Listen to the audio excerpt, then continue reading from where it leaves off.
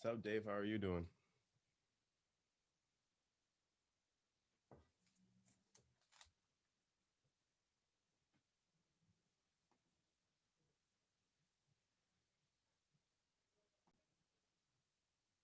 Is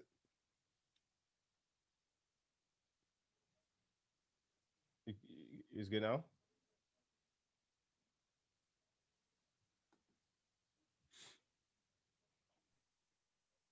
Oh, hold on. Oh, there we go. There we go. Can you hear me now? Yeah, I can hear you, brother. Oh, perfect. Okay, cool. Yeah, I fucked it up.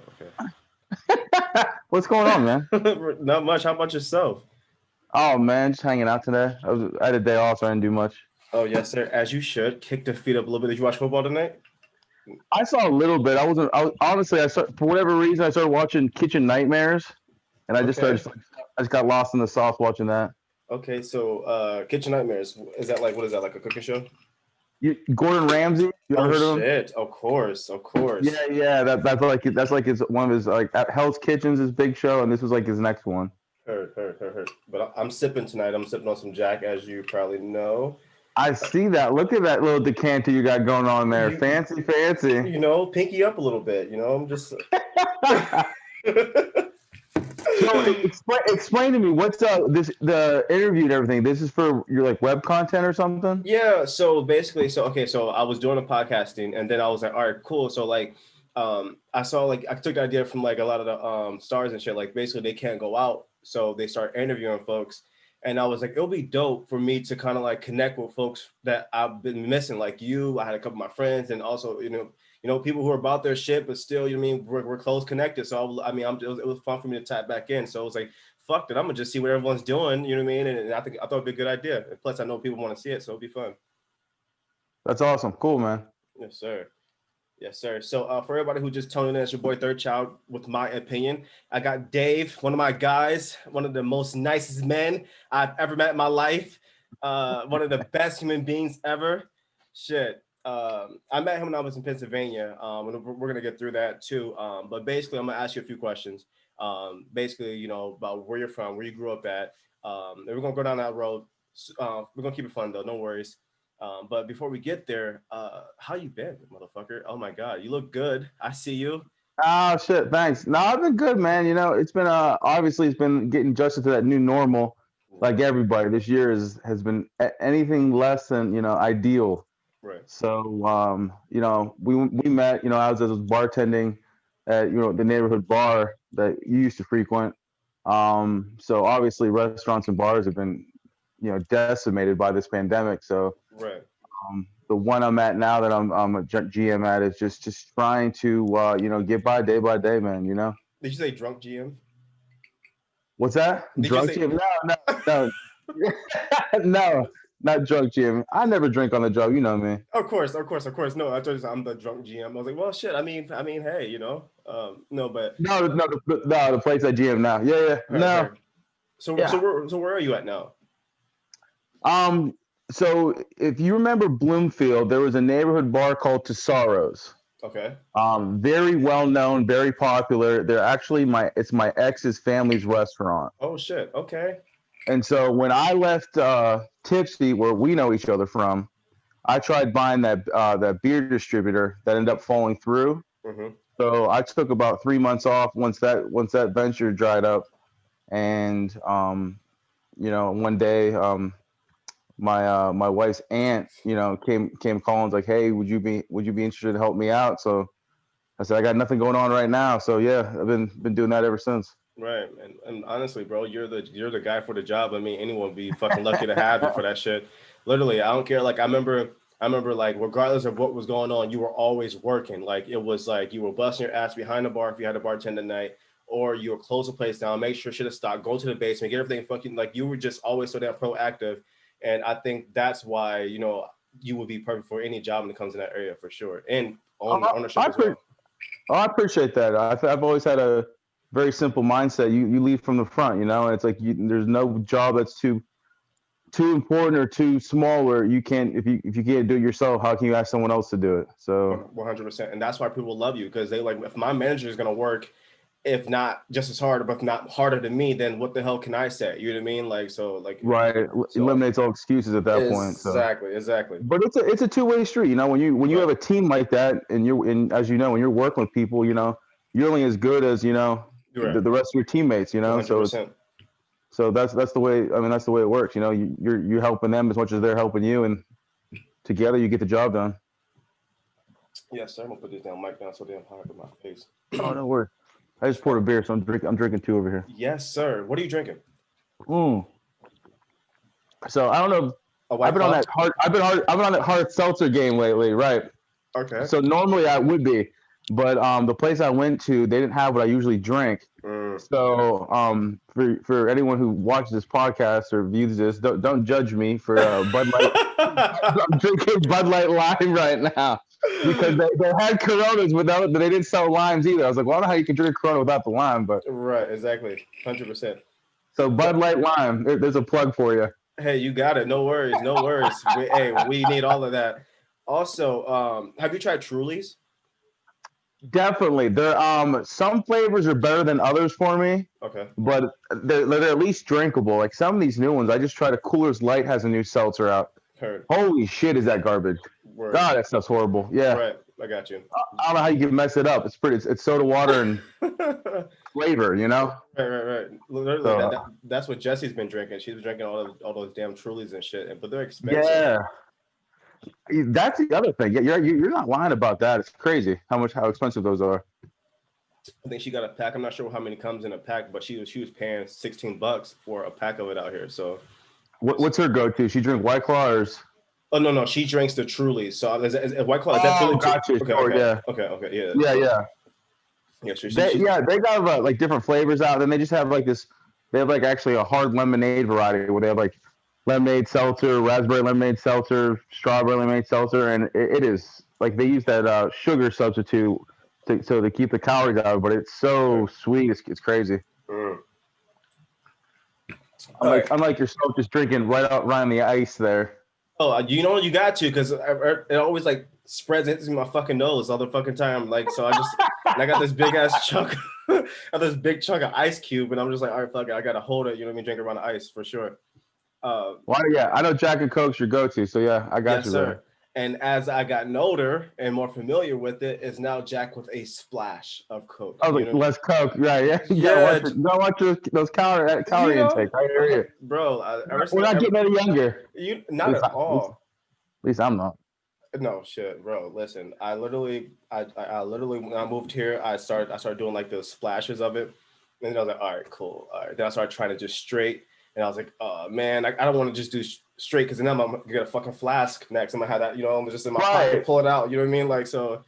It creates that tolerance and a dangerous precedent where, like, yeah, after that, it's hard to go backwards. You just keep, minimizing your mixer. Definitely. All right. So for the folks listening, so I met Dave, like he said already, at Tipsey Cow. I remember I was extremely depressed because I would literally come and get drunk as fuck. I would get off. First of all, I love the place so much. Tipsy Cow, like it was just such a dope ass vibe for me. I was from Ohio. We don't really have too many places like Tipsy Cow. It was kind of like in a college townish area. You know what I mean? Like, so a lot of young adults. You know what I mean? It was sportsy. You know what I mean? It was always fun. You know what I mean? And at the time I was single, so it was a lot of pretty girls. So like it was fun for me to like go there and chill out. But then it got to some times where I'm sitting there, still going from 7 p.m. until 2 a.m. and then you got to close, and then you like, all right, everybody leaves, now just me sitting there with my head down. It's one of those things that you come in at like 9:30 and you can start talking about music or life or women, and it's like before you know it, it's 1:30 in the morning, right? And you're trying to clean up. It's just, I mean, that's the way the place was. It's a neighborhood bar. Right. It was like the way I described it was like that first, like when people graduate, like that first job out of school, right. Like that's where that's the population segment that we kind of had a following for. Right. So it was, maybe they might still have a roommate, they might be on like the first place living, outside of after graduation, but they have a little bit of money where they pay for what they want, you know, not just what the special is. 100%, 100%, and Yeah. that's why I liked it too. I mean, there was always great vibes coming there, and I remember I would literally come there, and I loved you was bartending heavy at that point, and I loved your work ethic. It reminds me of like me when I'm trying to bartend or serve or whatever I was doing at the time.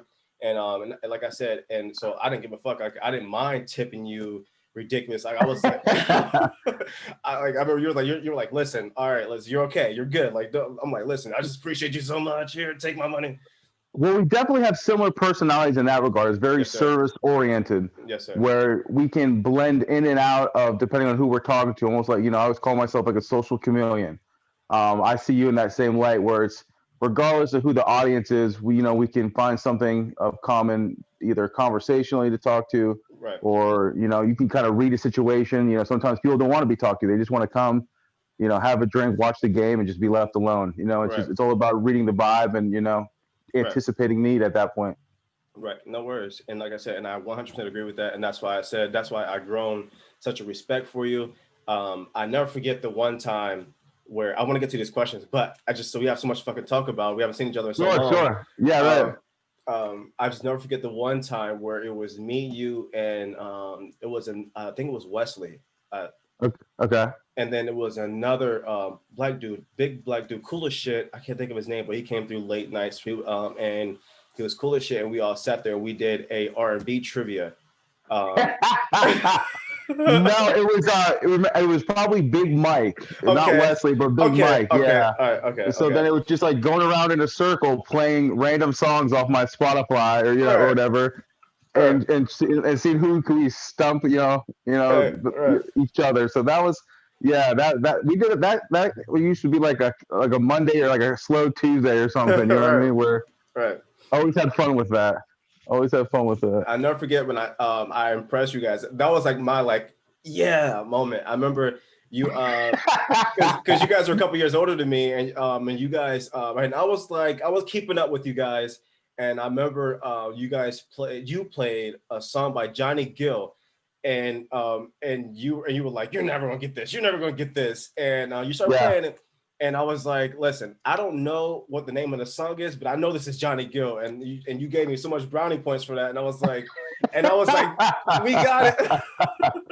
Definitely. Well, I think like a lot of people didn't know, like they knew him from like New Edition. Right. I think, you know what I mean? Like when he come in, but like I think the song was probably like Rub You the Right Way if I had to guess. It was something like that. But we always had a lot of fun with that. Because as much as it was, just trying to, outshine the other person, it was also educational because there'd always be songs that you're like, oh man, like I haven't heard that one, I forgot about it, or songs that you maybe you didn't even know about that obviously added to my playlist arsenal. Right. It was funny. I'm up here playing all this shit. You guys are like, this is easy. And I'm like, well, I'm born a little bit later, so That's true, yeah. that age gap definitely helped. You're absolutely right about that. It was amazing. It's funny. So, cool question. So, were you born in Pittsburgh or No. So I was born in Olean, New York.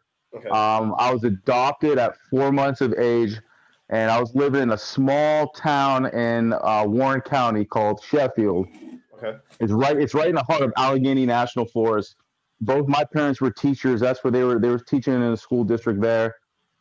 And then by the time I was 5, we moved up to Erie, and that's where I lived and grew up and graduated high school, and that's what I call home. And my parents they're still alive and retired there now, and so being in Pittsburgh, it's nice because it was one of those cities you're gonna grow up there, live there, die there, or at 18 you're sprinting out of there fast as possible. Right. That's what I think that was me, because as soon as I just drove the little over 2 hours south to Pittsburgh, like my whole world, opened up, and found, that's where I kind of discovered myself and interests and stuff like that. So, and as you know, I started going to Pitt, and that's when I met my wife, and then from there joined the military. I was in for 6 years, traveled the world, and it seemed like a great spot as any to come back to, and Right. Definitely. And speak, so like you definitely went through a couple of things that I was going to ask you about too. So, but I'll Yeah. come back. I'll come back to that.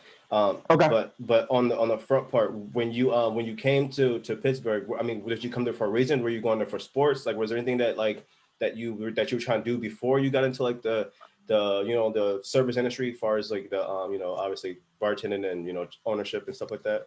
Sure, sure. So when we moved back to Pittsburgh, which I've been here now for 9 years, um, like I said, the city was it was comfortable because when I turned 21 when I was down here the first time, and a 2 block radius was like like I didn't have a car, so it was like that was my world. It was like there's the gym, there's the beer distributor, there's my where I lived, grocery store, and where I worked, and that 2 block radius was my world, my life, and I loved every second of it. Mm-hmm. Coming back here, I pursued and finished my graduate degree, and it was then that my good friend Jamie, who like I call an older brother, he was starting his restaurant group with his business partner like at the same time frame.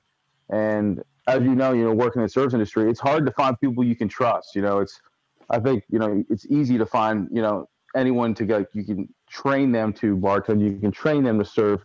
It's completely different, having giving them the keys in the bank and like, okay, I trust you to run with this. Right. And so that's where I guess it like where I guess excelled with that personal relationship and was I able to got you. even double down professionally. Now, were you is that where you met Jamie? Was there, or where'd you meet Jamie at? Oh, so when I was first going to Pitt, like when at the same time I met my wife back when I was 19, 20, 21, he was actually working at the same restaurant I was, Lot Okay. 17 in Bloomfield. I got you. Yeah, yeah. So that's where we first met, Okay. and yeah, that's part of that 2 block radius that called my world because it was, I mean, just and I think Pittsburgh is like I imagine every big city's like that, but especially Pittsburgh is like these small neighborhoods that make up the city. It's just like Right. you could live in the same city and be a different neighborhood and never meet the same person twice. 100%. I agree with that. Yep. I agree with Right. that 100%.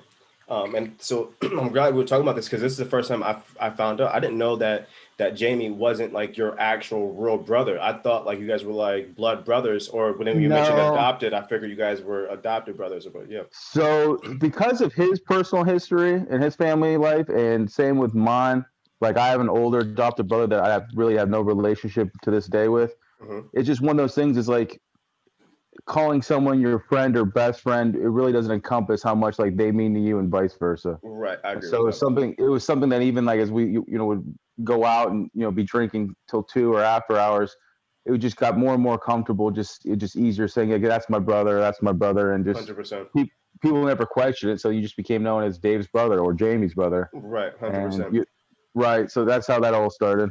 Right. I got you. And you mentioned earlier about you being in the service. What part of the service were you in? I was in the Air Force. I was Air active Force. duty for almost 6 years. Yeah. Lived in San Antonio for 2.5, and then lived in Germany for almost 4. Oh yeah, that's dope, And bro. yeah, no, I enjoyed it. I think that lifestyle agrees with me. The whole being accountable to yourself, but more importantly to others as well. It was something that I really excelled in, and again, just so that continued to open my eyes after Erie, Pennsylvania, even more. Right. Seeing the world and working with different people from different cultures. Right. Something I thoroughly enjoyed. 100%. And you can see it in how you work and your work ethic. I should say same scenario is literally you can tell. You can just tell. Like this guy has literally been working his ass off, and then when you say, "Oh, well, I mean, I was in a service," and okay, Air Force, okay, that makes sense. You're just grounded, and like I said, that speaks volume. So Oh, that's quite a compliment. No, I appreciate that. It's anyone familiar with the military or even Air Force more specific, we have these core values, and it's very simple: integrity first, service before self, and excellence in all you do. And that's right, kind of problem, like kind of like the mission statement. Wherever I'm at the time. right. So Oh yeah, that's dope. Now being in the Air Force, I'm gonna kind of stick there real quick. So have you seen any like I mean like everyone asks about the crazy stories, but like what is something in the Air Force you can say, hey, this was a close one, or you know what I mean just something like something that you're always gonna remember. sure. So the quick answer to that one would be my first deployment. So I worked in like a medical field. I was actually in nutrition and dietetics. Like like the hospitals have these clinical dietitians. We were like like I was one of the enlisted individuals, was kind of like their assistants, and worked hand in hand with them. So whether it was doing nutritional consults for inpatients, whether it was, working with members of the armed forces on body composition improvement, healthy living, things of that. That was what I did while I was enlisted. And when I was deployed, we're about northwest of Baghdad, and it was a level 1 trauma center in in Balad, Iraq. And that's something that will always stick with me, because it, I think a lot of people, sometimes they lose passion or they lose interest because it's hard for them to see what they're, how much what they do really entails, or how it affects people. Right. On a day-to-day basis, you're reminded of what you're doing and why you're there.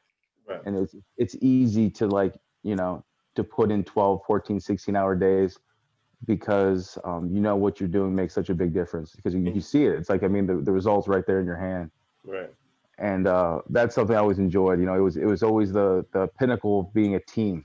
Right. Because people, you had no right to complain when Army personnel or Marines were coming in. They're losing limbs, or they're Right. Things 100%. of that nature. 100%. Right. So it mattered. Like us being there mattered, and it was just something like it's hard going through at the time, but I think you always look back on it fondly, just because of it's never as bad as after the fact. Right. 100%. And So, that's dope, bro. And thank you for your service, bro. That's just amazing. I couldn't imagine, especially being like that.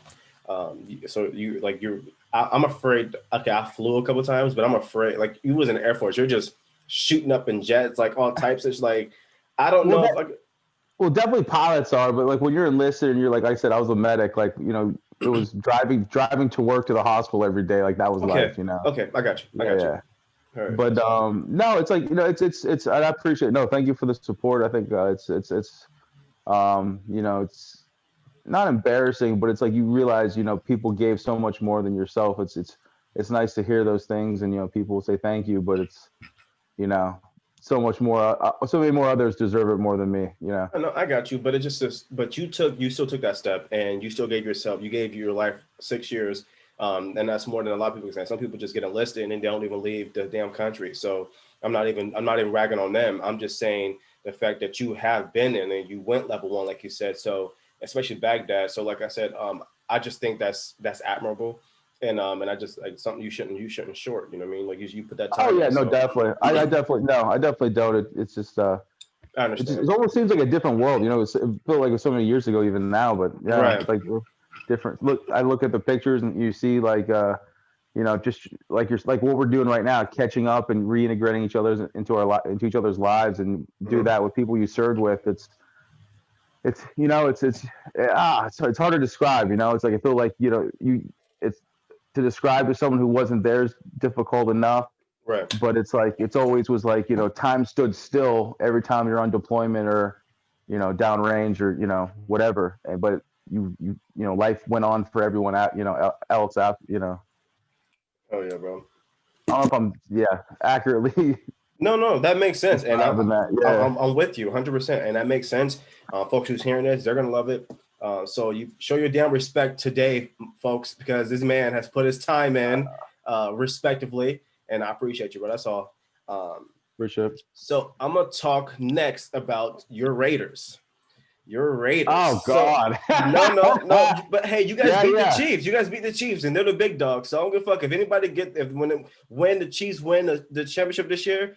You're gonna say, listen, we beat the champion, so we got something working. You should hold your head all year. Like, listen, we beat them. We wasn't 0-5 when we beat them. We beat them with a respectable record, and we're in the same division. So we you guys in the same division, right? Same division, right? AFC West. Yeah. So, like, you should definitely hold your head up. And Carr's been playing way better than I thought he would.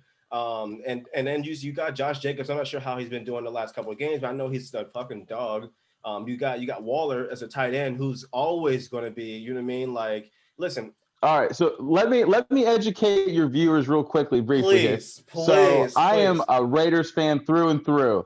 Yes, sir. However, I am a jaded realist. A Yes, sir. jaded realist. I live in Pittsburgh, where every year people drink the Kool-Aid, where it's Super Bowl or bust, Super Bowl or bust. Heard. So I guess it's a luxury to be part of a winning franchise and cheer on a winning franchise when you're like that.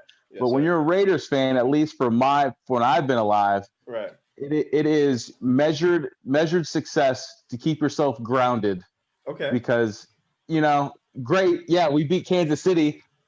I hope that's not one of our 6 wins for the year. Know what I mean? So it's you it's like you take the good with the bad. So for example, like, yeah, we beat Kansas City, went into our bye week very strong, and then we lost by 42 to 20 something. I Really? think that was, yeah. We just played we got Tampa Bay. Oh shit. Okay, but that's not fair. Tampa Bay is a cheating ass team. They literally have 3 running backs that could be number 1 running backs. You got 3 now 3 receivers with Antonio Brown. I remember you sent me that video with not sent me, but you posted that video with Antonio Brown on the Raiders and all that shit. But like you But lost you to a really hope. good team. That's so it's not it's no No, shame.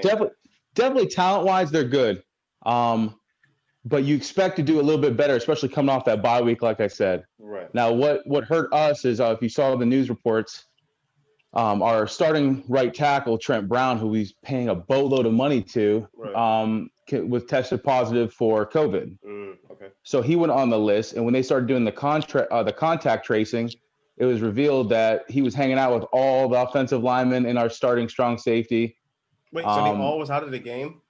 Well, no, so they didn't practice at all this week because they Ah, were put on the COVID list, and then by I think Saturday evening, I think they all one by one were taken off. But you miss a whole week of practice. shit. Yeah, bro. You're right. So, Yeah, I got so you. if you look and see the reports, head coach Gruden, he was very upset that the game was not postponed, or at least Mm, moved to like Monday or Tuesday, mhm. like previous games were this season, when someone wound up on that list and the team itself suffered. Tennessee just played on past Tuesday, right? Because they had to move the game back. So I think they just paid.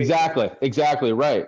So there was just a little discrepancy as far as what precedent was set and why one team or teams were treated differently than others, when Right, it I seemed agree. like it was the same circumstances. Right, I agree. So yeah, that was the big thing. But I think that had a lot to do with it. Just that week of practice. But they're professional athletes. That can make all excuses.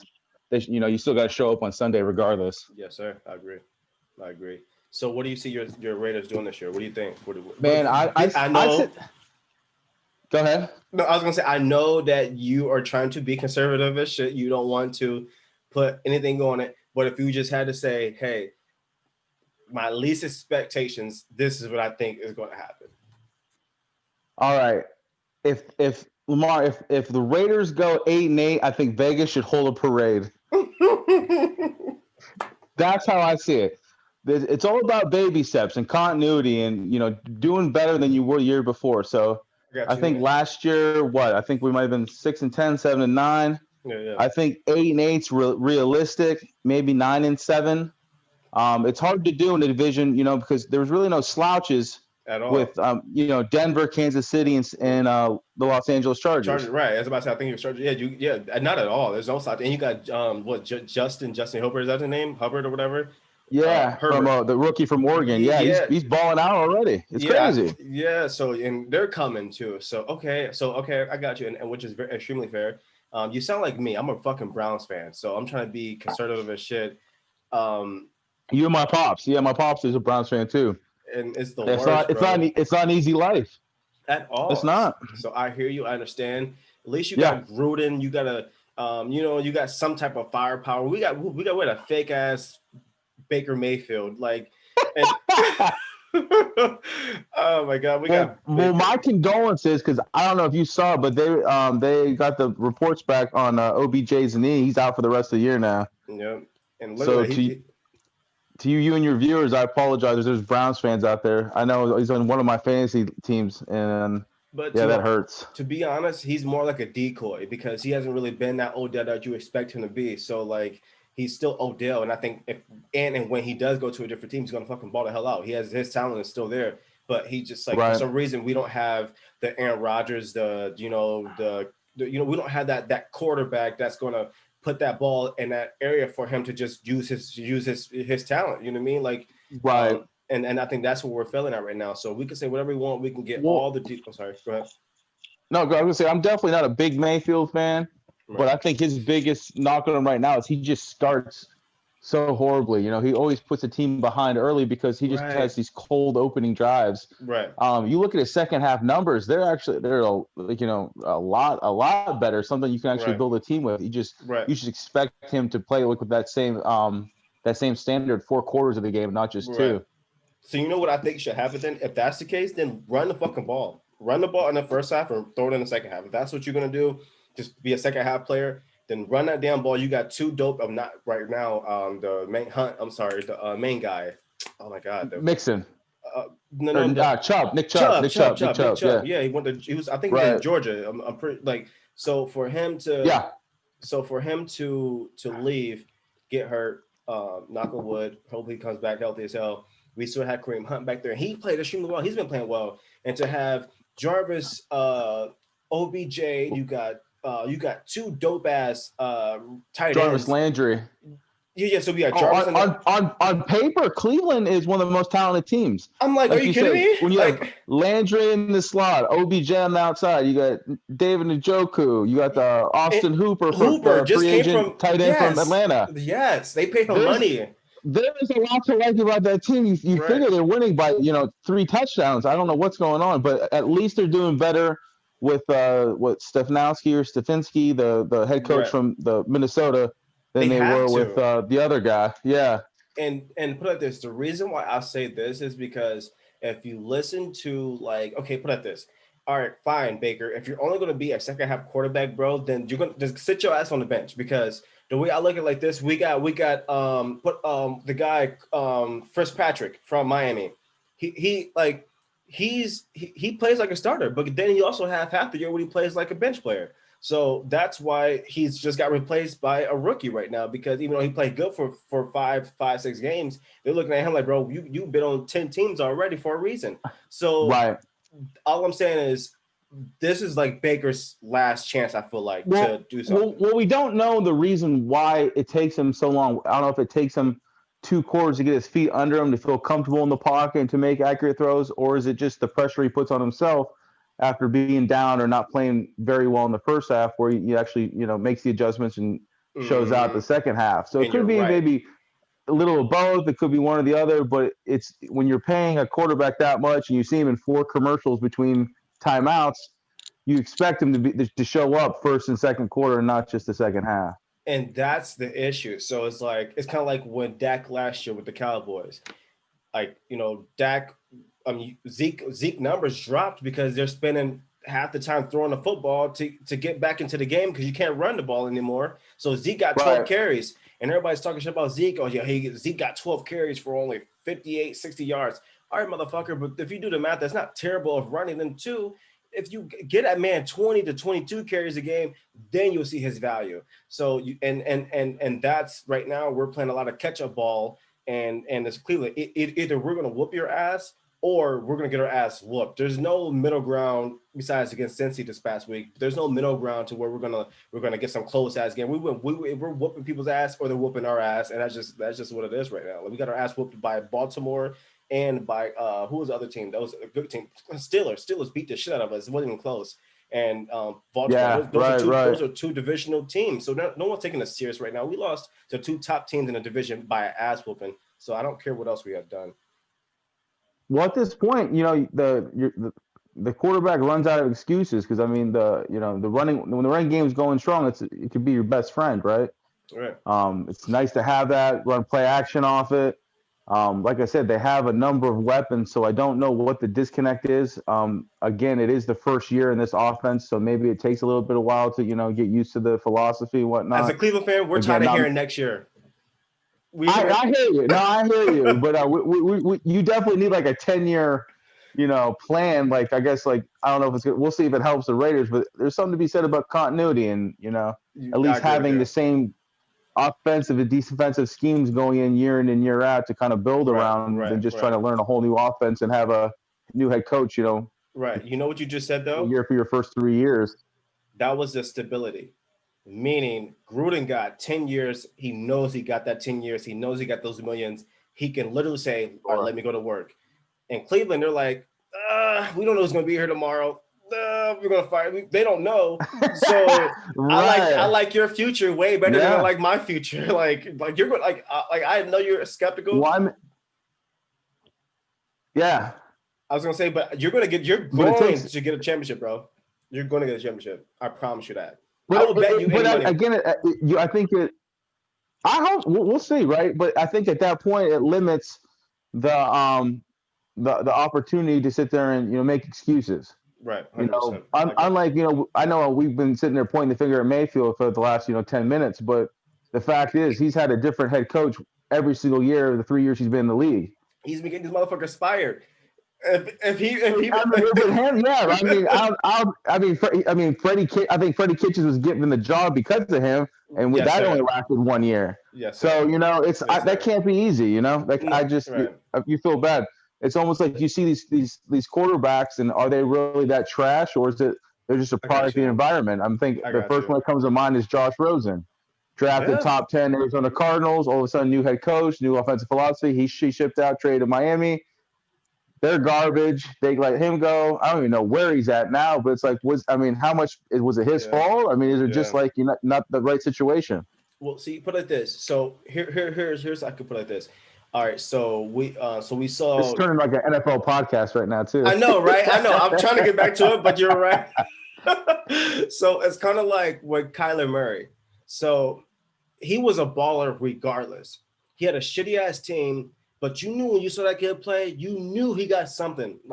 So that's why I'm saying with Baker, we said, okay, we know this team is fucking terrible. The Browns was terrible, but shit, this kid can throw the fucking football. So he went 27 touchdowns to 11 interceptions the first year, some shit around there. All right, we can live with that. But what we can't live with was 20 and 20. You know what I mean? Sure. You know what I mean? But it's about fit too. I think you're seeing Kyler's success because he's put into that system by Cliff Kingsbury, who actually coached him at Texas A&M before he transferred to Oklahoma. So he's aware of his talents. He knows what he brings to the table. It's about we're going to build the offense around you what fits you rather than you trying to put you into whatever offense philosophy was the year before. Right. And you're seeing the benefits of that. And it doesn't hurt trading for Nuck either. Right. DeAndre Hopkins, it's nice to have him on the outside. Oh my God. You know what I mean? So you got to have weapons. You know what's so funny? Two things. When I shit first started, I was like, whatever. He's going with Kyler. Whatever. He's not going to do it. But then I saw this. I'm like, he really is that good. And then two, he's quick. He's quick. And then two, Kyler can throw that fucking ball. Okay. So, and then now I'm looking at Baker and I'm like, okay, so I get it. But the one thing about me is I'm not going to make any excuses for you. If you're out there and you're playing, you got a ball. There's no sure. You're getting paid, without a doubt. Earn that paycheck. There's no excuses because the way, once again, you have put any of the top 10 quarterbacks on the Browns right now, and we're undefeated. Just give me any of the top 10 quarterbacks right now, and we're undefeated. Okay. We're running. We can run 200 yards a game. We have literally we have to be top 3 in rushing. We can just run that thing. And that shows you how good your offensive line is too. Right. And then on top of that, you're sitting. They're putting 8 in the box on you. How do you have 8 in the box with Baker Mayfield? That's telling you, bro. You better throw this damn thing. Without a doubt. Yeah. So that's my only thing with Baker, bro. They're putting everybody in the box. They're forcing you to be a playmaker. Now you got to be a playmaker. I don't care. It's different if they're like, okay, they're not blocking for me. You're not really getting sacked like that. You're for some reason the ball's not getting to the receivers properly, and that's the issue for me right now.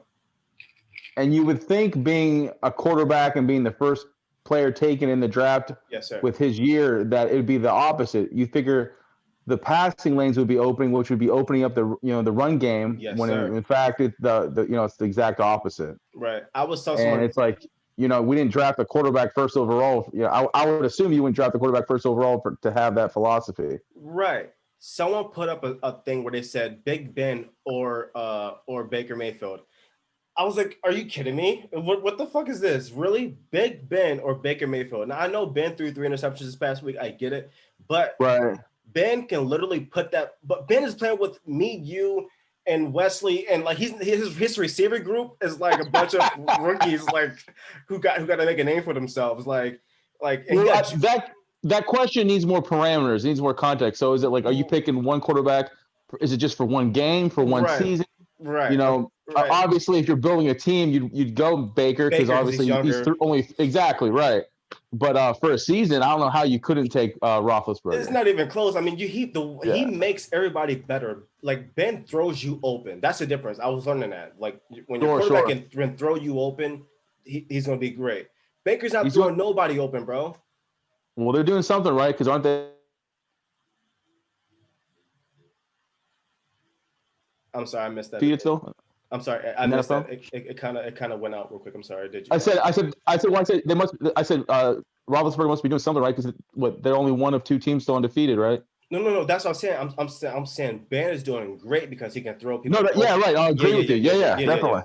Yeah. So I agree with 100%. Yeah, and they're still undefeated, and they just beat the shit out of the Titans. Came back and missed a fucking 35 field goal. What the hell is this? Yeah, I needed that game for the money wise. It's you tell me about it. I don't even bet anymore. I can't get anything. I can't buy a basket, as they say. But it's something about once they.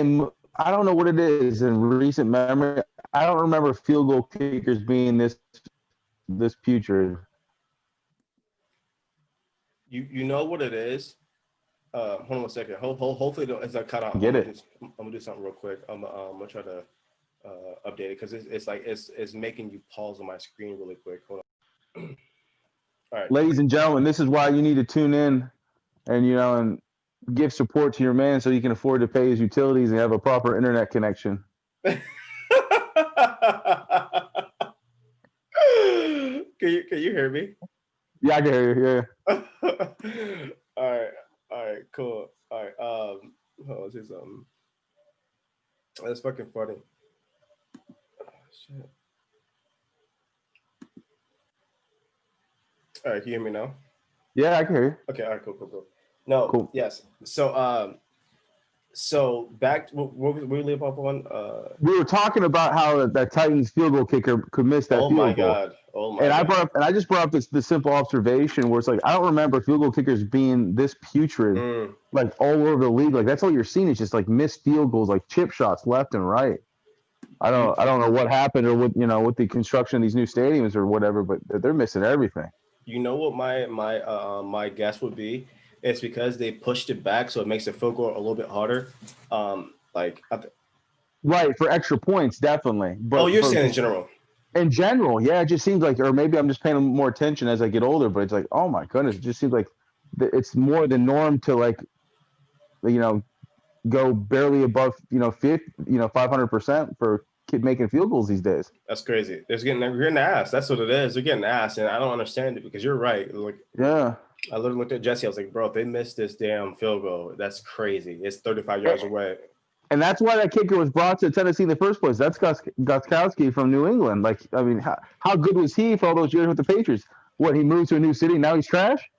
And if I'm correct, when that motherfucker that won Tom Brady about 3 or 4 rings on the last kick, that's like I don't understand that though. Towards the end of Brady's career, yeah, I think he was there for maybe one of the last 2, but the one you're thinking of is Adam Vinatieri. Vinatieri, that's what I'm thinking about. Yeah. No, but okay, so Kowski, whatever fucking name is, he played for your Raiders too, though. Who, Gostkowski? No, I think he did though. Hold on, I'm Lamar, I don't want to embarrass you in front of your viewers, but there's no way Gostkowski played for the Raiders. I don't mind being embarrassed. You're thinking of Sebastian Janikowski. Janikowski, okay. Not all white Polish people look the same, Lamar. I heard a skeet. I was like, word. This the same guy. Unbelievable. It's 2020, and you have these white guys all over the ski, and they're like the same guy. I don't see color. I see black and white. That's all I see. Yeah, you see a long Polish last name on that jersey. That's it. Ski. All right. Let me ask you this. So we're talking about Uh, we're talking about R&B earlier. What is your top three R&B jams ever? oh, you son of a bitch. Yes, sir. I Oh needed to do man. it. I need to do it. Top three? Oh my God. That's such a unfair and loaded question, man. Um, all right. Well, the first one that comes to mind is it's one of my favorite songs, one of my favorite artists. As you know, Prince is Oh my a God, god. Prince. Yes, sir. Um, the song Seven. It's called Seven. It's one of my favorite songs. Okay. It's And something that, that I even played at my wedding oh shit. because I just loved it so much. And it's by Prince, you said? Yeah, it's by Prince. Yeah, Okay. Okay. you'll see like all his greatest hits. I think it was on the Sign of the Times album. Don't quote me on that in case I am wrong. I got you. But yeah, it was just one of my just love the song. Very, very good. More upbeat than you would think maybe like a bedroom R&B song goes. Right. But definitely the first thing that comes to mind. Man, after that, I don't know if it's a favorite song, but I can definitely probably maybe narrow it down by artist if that helps. That's fine. I mean, all right, that's fine. If you want to do top three R&B artists or your top three artists, whatever you want to do, that's fine with me. I just know Okay. that you are into I'm into R&B. I'm a mama's boy. She always blasted love songs, Sure. R&B, all that shit. So, I'm with you. Okay, so maybe no particular order, but this is the first one that comes to mind. I would say it would go in my top three just because it was the one of two CDs I ever bought. She was actually in Pittsburgh in the last 3 years. I went and saw her in concert. Janet Jackson. Okay.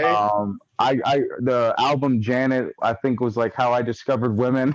As Yes, a kid, sir. it still resonates to this day and something I can listen to, cover to cover, and every song is just like, it means something different. It just 100%. you can like you have certain songs that they're time machines. They take you back, and Yes, you sir. know that was definitely something that personally and socially matured me, Right. and just fell in love with that sound. So Sure. yeah, definitely that. Oh God, for anything after that, it'd be hard to pinpoint. I mean, I think of Maxwell comes to Okay. mind. Um, I love my slow jams. That early '90s art. Minneapolis sound, so to speak. Oh man, ready ready for the world's another group that Okay. their Old album school. spoke. Yeah, their album just spoke to me. And again, some of their songs, they almost like they almost sounded like Prince, or Prince sounded like them, or whatever. Because it was just one of those things that Hmm. maybe because my love of Prince was so high, whatever sounded like them, I gravitated towards. So Right. though 100%. those would be those are the few names I think when you say top three or have like a Yeah. Right. list. Yeah, that's what comes to mind. Got you. I was listening and I agree with you. I'm a huge ass Prince fan. I was going to link it to let you know what my favorite was, Okay. but I don't know. I don't know. It's tough. It's tough for me because I have a lot of. I put it this. I won't do R&B. I would do. Um, you said something. You said songs that take you back. Yeah. Um, Okay. so there was I know this is so cliche, but I'm a little more of the newer era. I can't Um, wait to hear this. Yeah. don't clown me, but I graduated in 2010. So graduating that year, I had yeah, I know, right? I had a huge link to the Take Care album. So by Drake, Sure. Take Sure. Yeah. Care. Yeah. So like just that was like shit, like a rapper spilling his feelings. I was like, wow, that's dope. You know what I mean? Because like as men, Yeah. we're told not to, share our feelings, just be masculine and get the job done. You know what I mean? So for a male to be like, hey, let me tell you how I actually feel, I thought that was pretty dope. And he told it in a very wonderful way. And I learned later that The Weeknd actually wrote a lot of that album. I was Oh disappointed. wow. Yeah, I didn't know that. Okay. Yeah, so I was very disappointed to hear as a Drake fan that The Weeknd literally wrote a lot of that fucking album. Well, Um, I still remember. I still think I was still living in Germany when I even heard the name Drake, or and just being so thoroughly surprised how talented he was, both as a lyricist and as the quality of his voice when he would like Yeah. start to sing. So Right. I remember like that mixtape, and then I remember when I think it was the Blueprint 3 album. I think if I'm Okay. mistaken, he had the song with I think it was him and J. Cole. I Yeah. could be wrong. Like I think it's like A Star Is Born or something. It's one of those songs. Yes. Yeah. Yeah. And I was Yeah. very impressed. How good he was. So yeah, Right. I remember that was the first time my experiencing Drake. But yeah, Right. he's I could see that. It, it, I was waiting to hear B2K, so I'm glad I wasn't that. oh no. Oh no. Oh no. You said So MGK? no, it's a B2K. You start talking Oh. like 2010. Oh So no, that was more like 2006, like with B2K. well, when So you started like pre-qualifying your answer, like yes, I sir. know Yes, sir. other than you, I'm like okay, like I was readying myself. Hey, So but speaking of B2K, I'm a huge fan of Omarion, and he had B2K that had bump, bump, bump. Like I had, sure, I yeah, was a yeah, yeah. huge fan. So I'm gonna lie to you, I was definitely a fan of B2K heavy. The Millennial Tour, that's me. That's my guys. I would say the other I would say album that kind of like connected with me was Views. Once again by Drake. It was Okay. Views. Views was so good for me because I was moving from Ohio to Pittsburgh, and Ah, I was at the time I was homeless. I didn't have I was kind of leaving all my family and friends behind. I just wanted to get away. I feel like sure, everyone's I just always feel like people were always underestimating me. So I'm like, I know I could do something bigger. I know I could do something greater. So I kind of just like said, fuck y'all, and just left everybody back home and just left without anybody knowing. And sure. in that whole time, me coming to Pittsburgh and sleeping in my car sleeping with my friends. So Tim, I don't know if you met Tim. What's her name? I You met Tim I think I Boo? remember Tim. Yeah, yeah, Okay, yeah, yeah. yeah. He the one who showed me Tipsey Cow, and he sat in there a couple of Right. times. With I can't think of her name, but she just got married, and she's really cool as shit. Starts with a Kayla. Kayla. Yes.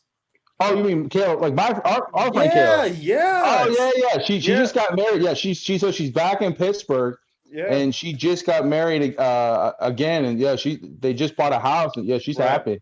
Right. Yeah. So that's when I met her through Tim and all that. Um, and Right.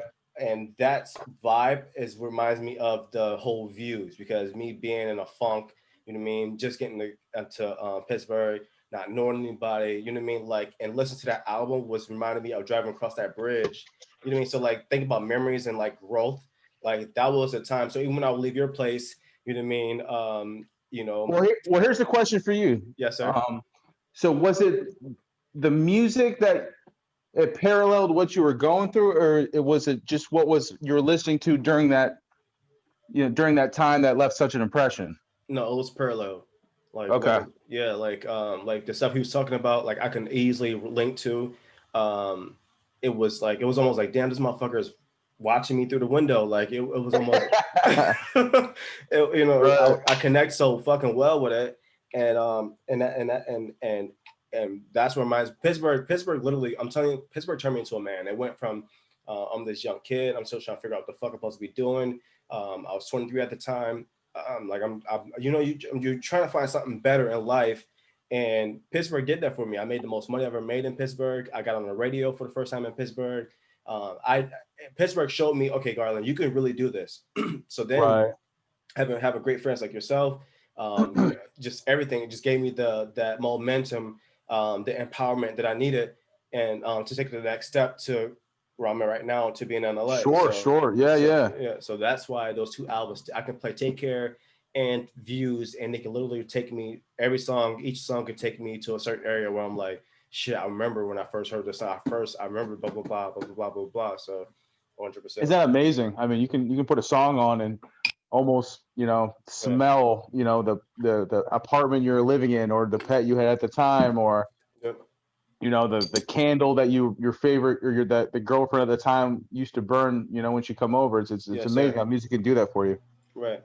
And that's why I'm working to get something like that. Like I told myself, I work so hard. I've been through this so much. Like I'm the guy that you can pull my file and say, damn, he worked with blah blah blah blah blah blah blah. But Right. I haven't done what I needed to do yet. Like I still haven't popped. I still haven't got the deal I wanted. I had a couple deals in my face, but I haven't had the deal that I wanted. I felt that what I Right. deserve. So that's what we're working for. So I'm with that shit. I want that shit to where people don't have to know you to play it. Like a lot of people were like, "Oh, I like this song. I like this song. I like this song." But I'm like, "All right, I hear you, bro. But that's probably because you know me and you got the and blah blah blah. So you think I'm Right. good at what I'm doing."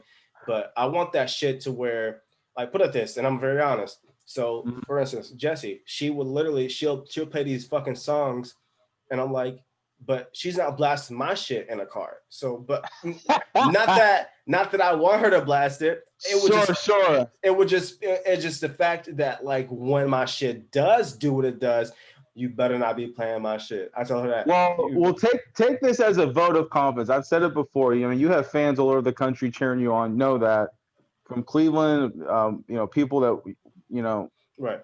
we consider close friends in Pittsburgh. Yes, sir. You know, they're cheering you on, and maybe Jesse's not playing your music in the car, but I'm reminded of driving up to my friend's place in Buffalo in late August for a fantasy football draft. And I don't know if you remember Cliff. He was Big Mike's friend. Mm-hmm. He used to come in. He's a teacher down here in Pittsburgh, wrestling coach, very amazing individual. Okay.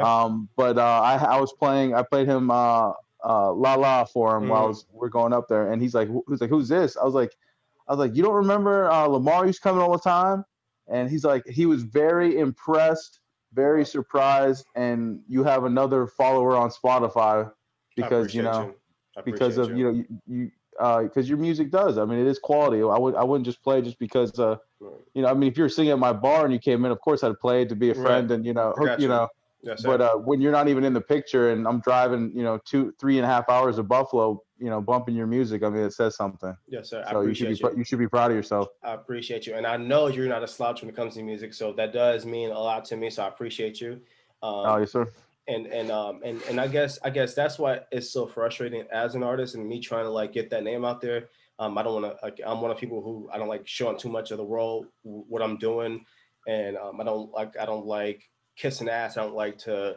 You know what I mean? Like all the shit I guess it necessarily takes to get to where you're going. I'd rather just put Yeah, that work in on the back end and then hopefully it just work itself out in the end. And that's kind of what I've been going through. So, but I it's hear been you.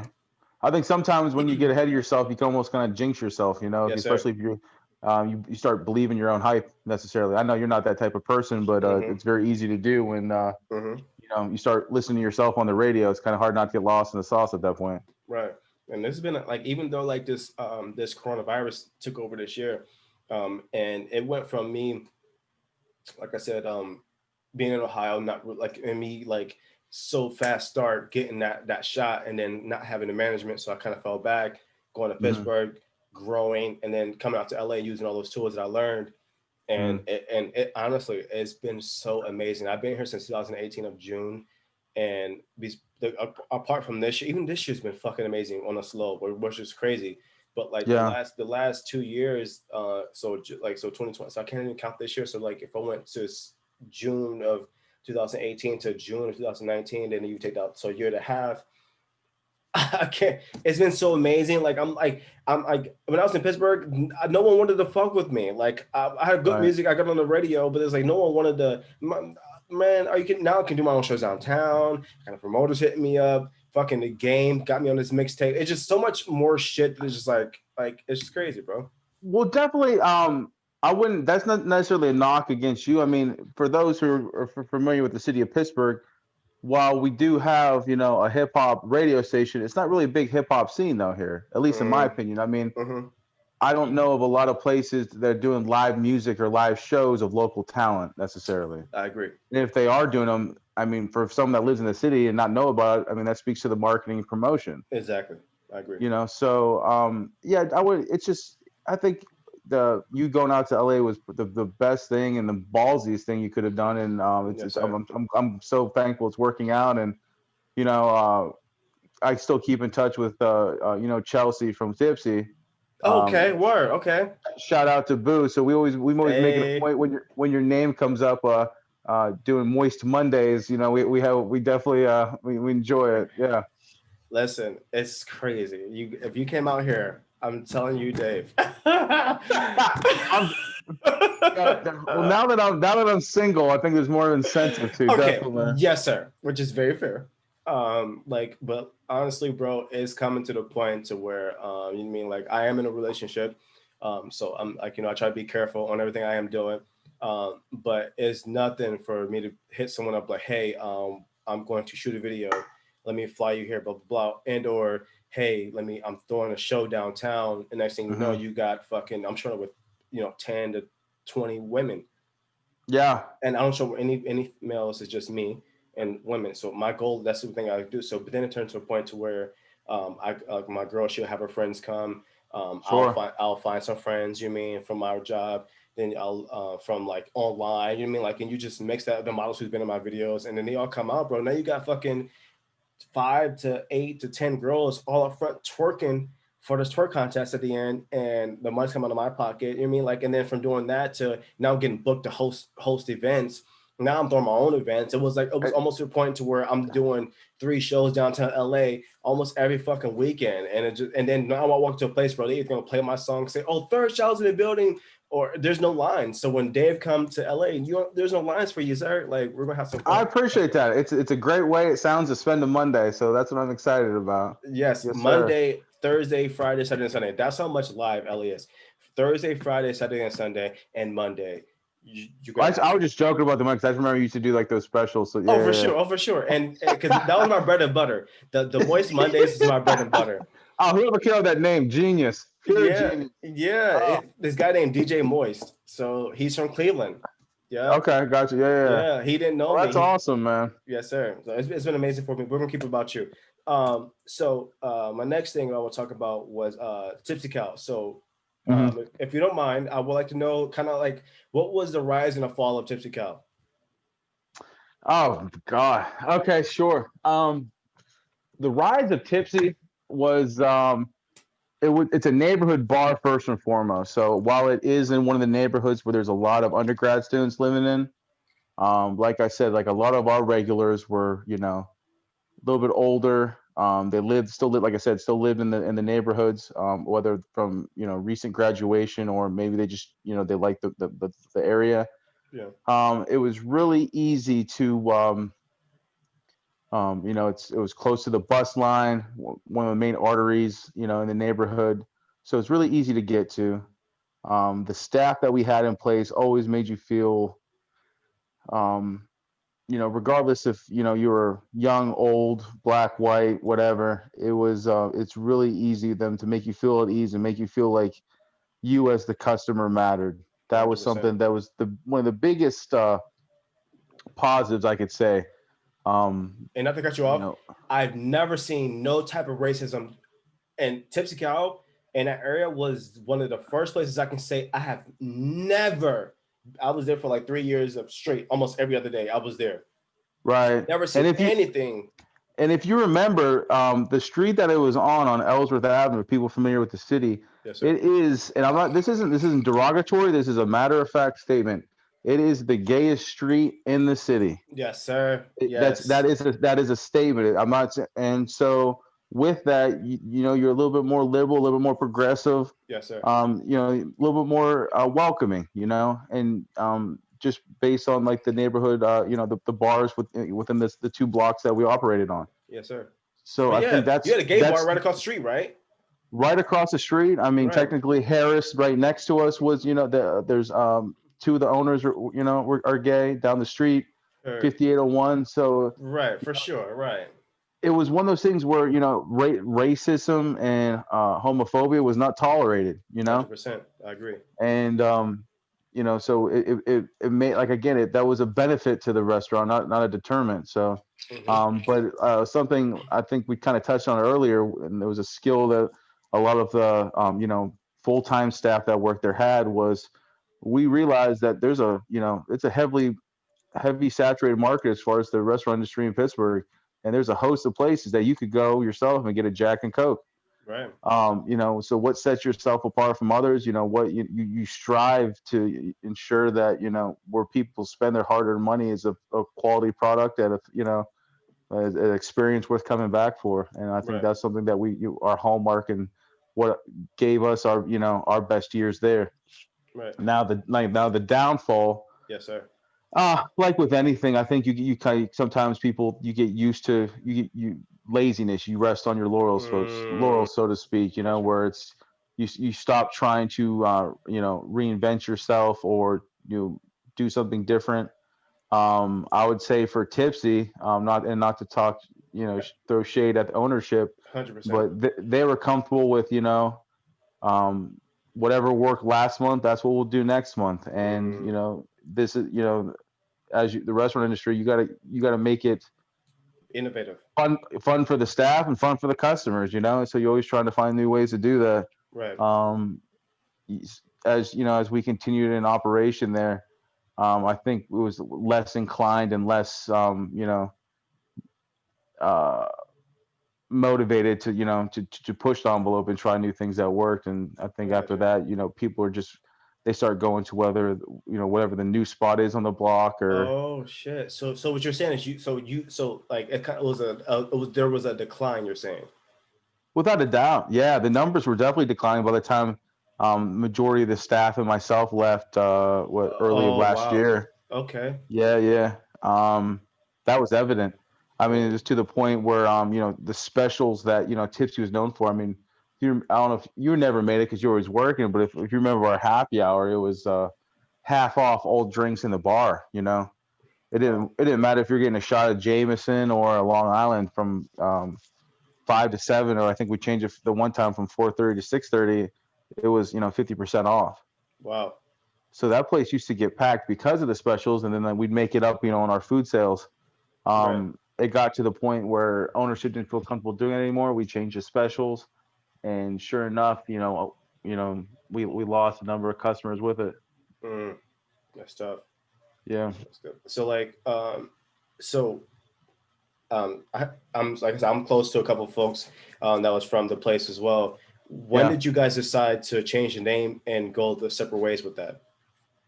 So if you're familiar with the ownership group, we've talked about, you know, my brother Jamie, Mm-hmm. him and his business partner were, if you know the city, Mm-hmm. they were very successful in this restaurant called Stacked. It was burgers and Mm-hmm. beer, Yes, sir. and it was the theme of build your own burgers, and And you know, hundreds of different options of toppings and sauces and, you know, things to choose from. Is very popular with the college crowd, and they've been in able to Oakland, right? Oakland, they have one in Oakland. well, the first one was in Shady Side. Hence, Okay. that's why we were called Tipsy Cow, because we didn't want to cannibalize our own crowd by having two of the same thing within, you know, 5 blocks of each other. Okay, I got you. Okay. So the first one was in Shady Side. Tipsy was the second location as far as that restaurant group. The third one was in Oakland. The fourth one was out in Wexford, and now they have a fifth location in Hampton. Okay. And so when not this year, but last year, they decided to sell their one location restaurant, and then at that point, there's no reason to have a different name for the other location in Shady Side. So that's why they Mm, got rid of Tipsy, and so now they're all called Stacked. I got you. Yeah.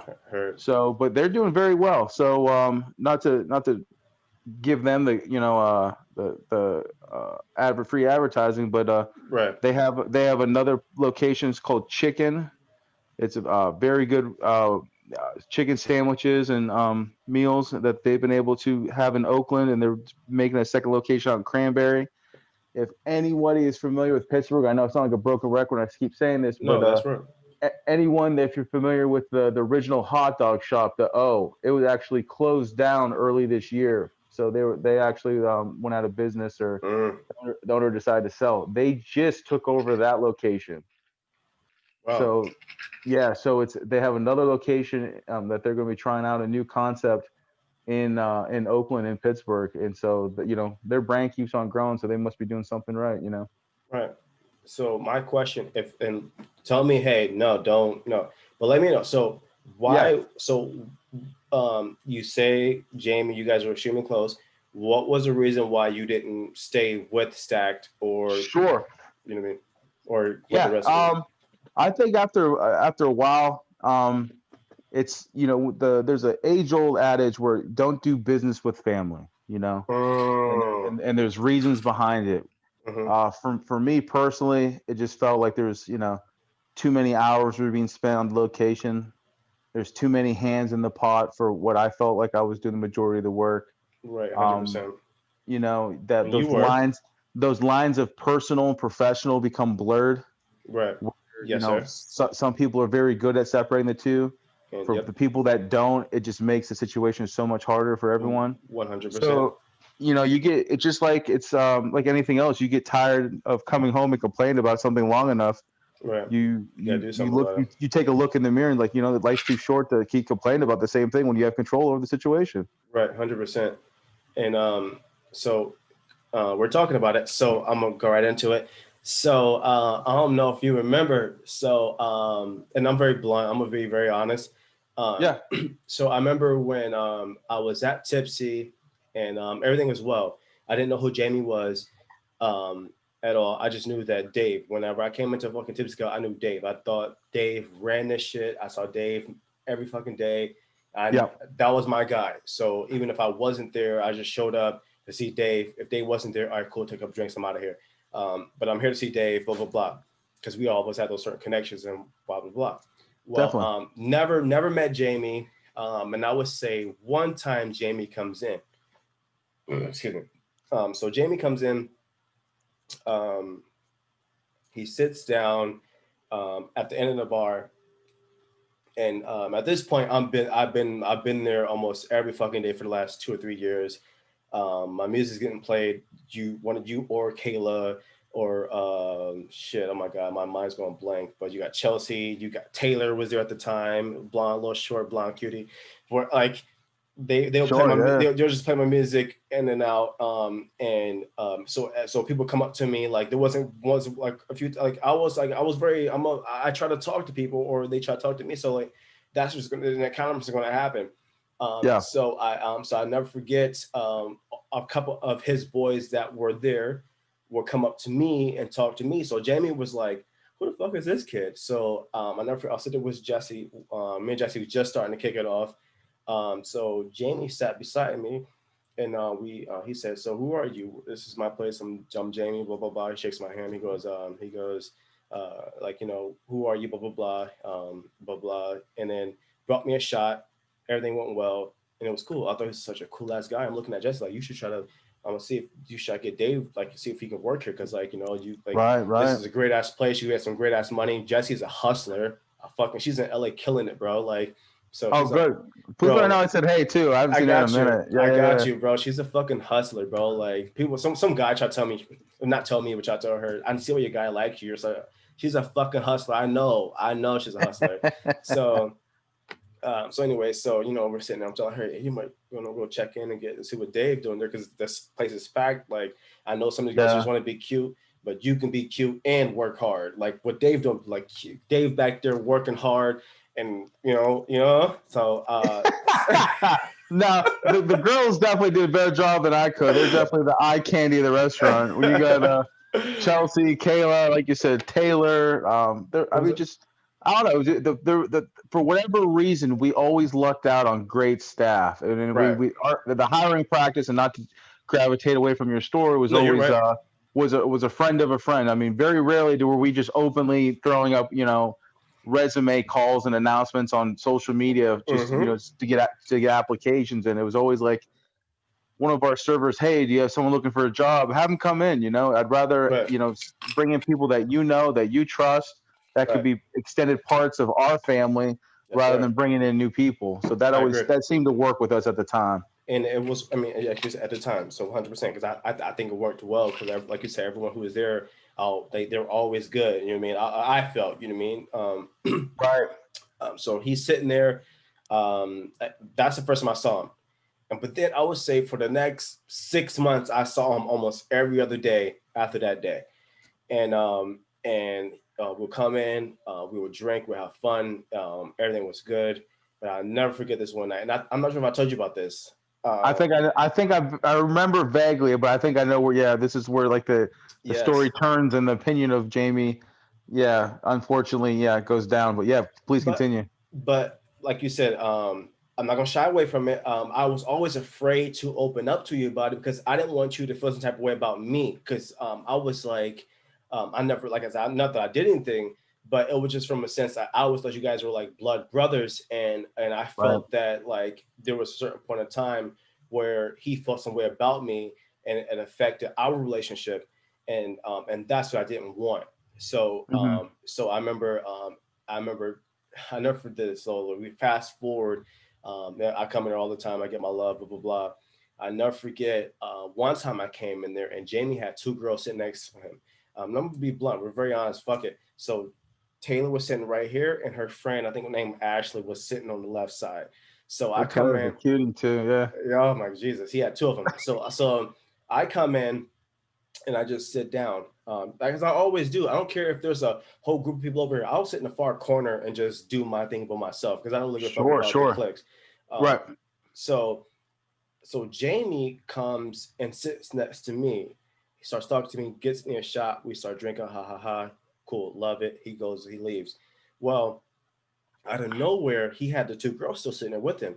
So Taylor's friend gets up and comes over to me because Taylor came and said hello. Because me and Taylor was really cool. So Right. she'll come say like hello, hug, hug, And hug. like you said, you knew of her from she was working there, and you'd come in and drink. Yeah, 100%. Right. So this is one of like this is I would say the only time I ever seen Taylor not working there when I came in. So she would Gotcha. just she was there just drinking, and I think she was leaving soon to like move to Tennessee. So she was just drinking or some shit, like her off night, and her friend who was I guess wherever she was from came there to visit her.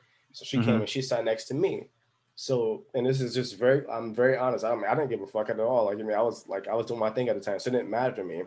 However, so Taylor gets women, whatever they can say whatever they want, but she was pissed that her friend was over here talking to me, and normally Taylor gets my attention. So, Yeah. so normally Taylor gets my attention, and she's not getting my attention tonight because this other girl is sitting next to me. Sure. You know what I Sure. mean? And so she literally comes up to me and she goes, her friend's trying to hit on me, blah blah blah. I'm like, I'm not, you know what I mean? I'm not even like into it, blah blah blah. Like I'm just like, oh whatever. You know what I mean? I'm just kicking Right. Right.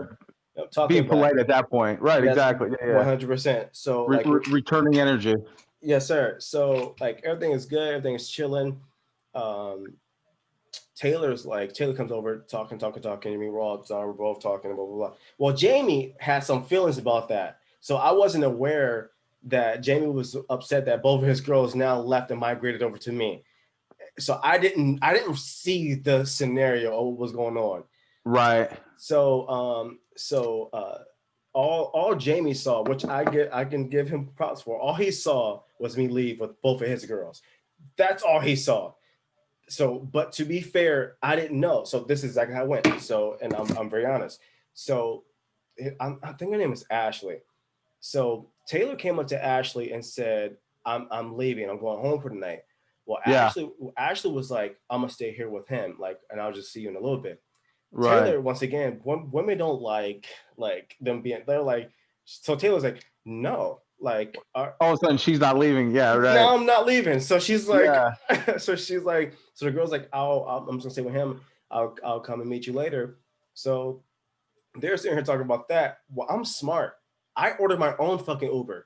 That's how I remember it because I could have swore you ordered an Uber I and they're ordered a like, fucking "Oh, you're Uber. leaving? We'll just come with you." Yeah, That's how I remember that. Yeah. Yeah. that's the Yeah. fucking truth. I was like, well, why you guys talk about it? Let me slide out. That's what I do. Like, you know what I mean? Like, it's Yeah. like, you know what I mean? Like, not listen, we're all 18 plus. I'm like, listen, I got a hand. So if I got a handy tonight, like this, I don't really give a fuck. So that's what I do. So I'm like, I'm leaving. So she's like, well, I'm gonna just go with him. So now Taylor went from, all right, I'm gonna take my own place, so I'm going with them. So Right. so now I gotta change my fucking address to her place. I'm like, all right, where the fuck you guys live? So I had to change it to Taylor's place. So I taking the Uber out to their place, and they're getting out the car, and the girl's like, "You coming with me?" And I'm like, "Nah, I'm good. I'm gonna go to the crib. I'm good." So those two get out and they leave. You know what I mean? But nobody knew that. They just saw you leaving together with these two girls. With these two girls. You leaving Jamie with his hand. and a whole lot of animosity to boot. Yeah, 100%. So I'm like, literally, like, I done dodged so many bullets. I could have had so much fun that night. I didn't. Like, they both you definitely messed up that one. Like, yes, they both. You should write a hip hop song about that. Literally, resentment. Or missed opportunity or whatever. Yes, sir. They're like, come in. I'm like, nah, because first of all, I'm not staying nowhere. You know what I mean? I'm sitting in my crib and then too, like. Yeah. By the way, Jesse, my shirt still says Team Jesse. I don't mean any of this. She's gonna hear this. No worries. But hey, all facts. So I go home, I kick it, and then so the next time I'm at Tipsey Cow, I see Jamie. He started throwing mad umbrellas, bunch of shade. Oh my God. Like, it went from Jamie loving me to Jamie saying, this motherfucker needs to be in the dirt. Like, literally. So I never forget this. I come to the bar, everything's the same, nothing changes. I come to the bar, I'm kicking it, I'm sitting at the bar, I'm drinking, I'm drunk. And Jamie sits next to me and I'm like, hey, what's up, Jamie? What's up? And we're drinking. He buys me a shot again. And he goes, and we're just talking. And it was the most G shit I've ever seen in my life. Like, I watch a lot of movies. This was the most G shit I've ever heard in my life. So we're sitting there. I'm already kind of embarrassed right now. Okay, go ahead. It's okay. No worries. I wasn't afraid. I done had some crazy shit happen. So like, it was nothing like crazy, but like so we're sitting there and he goes, yeah. So so how are you doing? I'm doing good. He goes, how was the other night? I was like, oh no, I just dropped him, blah blah blah blah blah. You know what I mean? He goes, and I don't want to like make any words up. I'm trying to go exactly what he said. Sure, yeah. We're both drunk, and he's sitting there, he's talking, and he goes, yeah. He goes, if I got a lot of people out here that would hide a body for me if I needed them to. And I was like, oh, word, yeah, that's dope. And then he goes, yeah, they would do, anything I need them to do, if I need them to get rid of something, they would do it for me. And he's just going in. And in my head, it clicked. I was like, is he? Was that a veiled threat? Yeah, exactly. He just threatened me. So I like, but I have so much respect for Jamie. I have so much respect for you. Yeah. I was like, it didn't even register like it should have. Because normally, like, if I'm at some other club out here, bro, like, it's like, excuse me, sir, like, what are you talking, blah, blah, blah. But like, it didn't even register like that. I was just like, I hear you. To me, it registers some rich white man telling me some people that he can have me put off. It was some mob shit. That's how I looked at it as. And I was like, all right, okay, whatever. But so I just kind of clarified it for him, like, like, hey, just so you know, like, I didn't go home with Taylor the other night. Like, I literally took them to the place and I left and went my own way. But no, but that just that wasn't needed. You didn't have to defend yourself or defend your actions. Yes, sir. And because it wasn't like you took his girlfriend, not at all, or an ex, or it was an actual a hired employee under his corporate umbrella. Yes, literally. Yeah. And so like, and literally after so he said that, but then after that, so like, me, like every night, if we did some after hours things, we were all there. We had a certain crowd that we would kick around those after hours, and we all would have fun, and blah blah blah. Right. So it came to at that moment. So we're closing down, blah blah blah. I think I remember this. Yeah. Yeah. All right, Garland, it's your turn. Lamar, whatever, go ahead and go. Go. Everybody, get out of here. Are you good to go? And I'm like, oh, you kicking me out? Oh yeah. And I never forget this. I won't say any names, but they came up to me. They were like, yeah, bro. I was like, me? You making me leave? I'm gonna finish my drink. Okay. He goes, yeah. He goes, I'm sorry, bro. Jamie said you can't be in here like right now. Like, we're closed. I was like, I got you. And I was like, so I at that moment I knew. I was like, okay, so he's kicking me out the inner circle because we were always cool, like, we, you know what I mean, blah blah blah. And because you weren't viewed as a threat beforehand. 100%. Now I'm a How threat. sad is that? And that's how petty. Yeah. Now I can't have those same vibes we have. I had to do anything else. I still came. I still tipped nice. Like, But Right. but what's crazy is before, even like 3 weeks, a month before that, like Jamie wasn't even in there every night. Like it was only after until he realized the impact I was having with folks there. Like it was so much fun. Like we kicked it every fucking night. It was always like a party vibe. Right. It was good vibes. So, but then where it got messy, where I felt like it affected our relationship because I was afraid to kind of bring it up to you because I didn't want to come between you and your brother. Oh So no. So I apologize that you felt that way. One, I didn't even realize that that actually affected our friendship. mhm, But just like you being completely honest with me, I'll be completely honest with you. Like I said, he was the number one reason for me leaving. yeah, Our relationship soured to the point towards the end yeah, of like the last 4 months of me working there. Where like we didn't talk at all. wow, If you remember Bambi, yes, he was kind of like our go-between. So if something needed to be said from mm, his end, he would tell Kevin, and Bambi would tell me, which is right. you can't run a business that way. You know what I mean? You can't, Again, it became personal. right.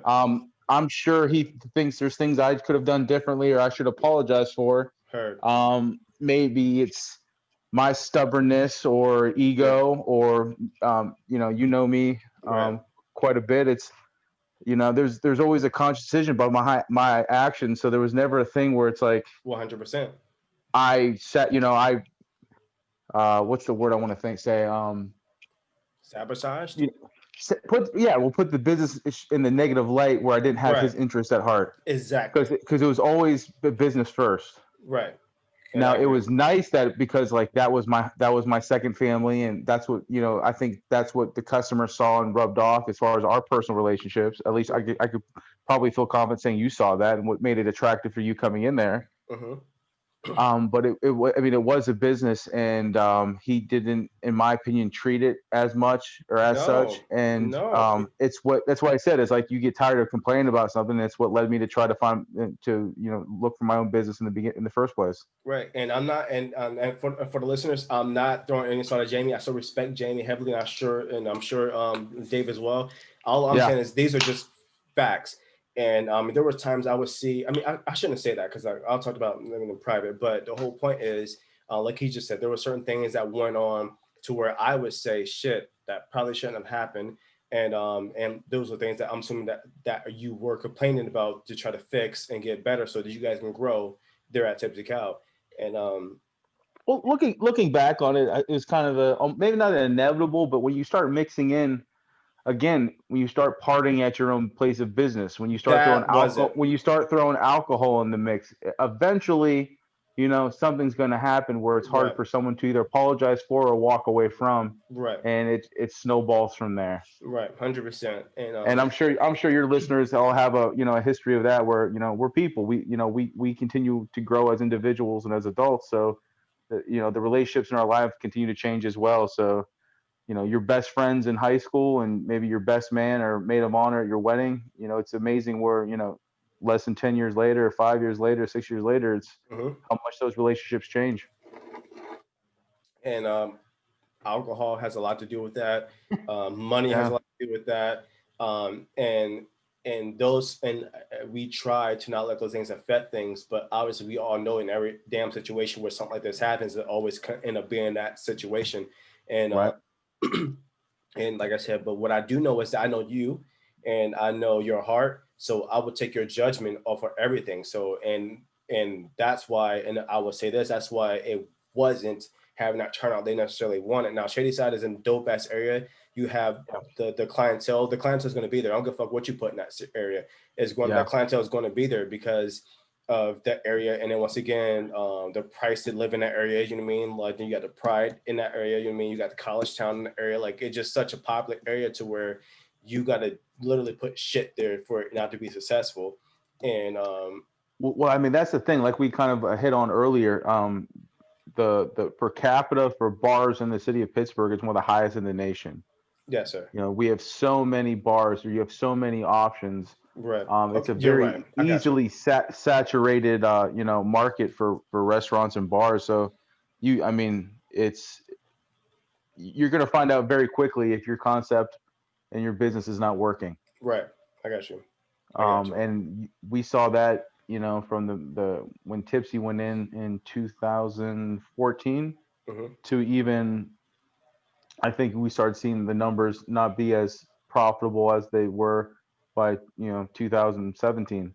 Okay. And maybe even sometimes I mean, like I think it's easy to shine the light on oneself and to be Heard. reflective. Right. But to even sometimes no fault to our own, you saw the area around it, like how many different bars would pop up, Right.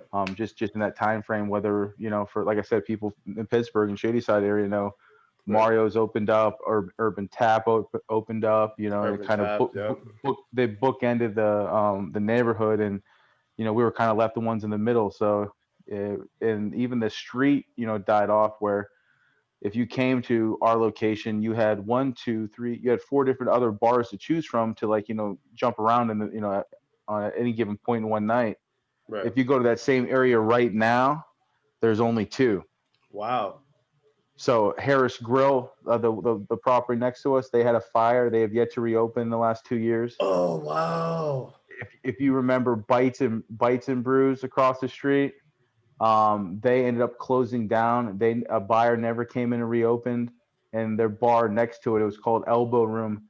They closed down as well, and there was a buyer, but I don't know what happened. But right now, both buildings are torn down as an empty lot.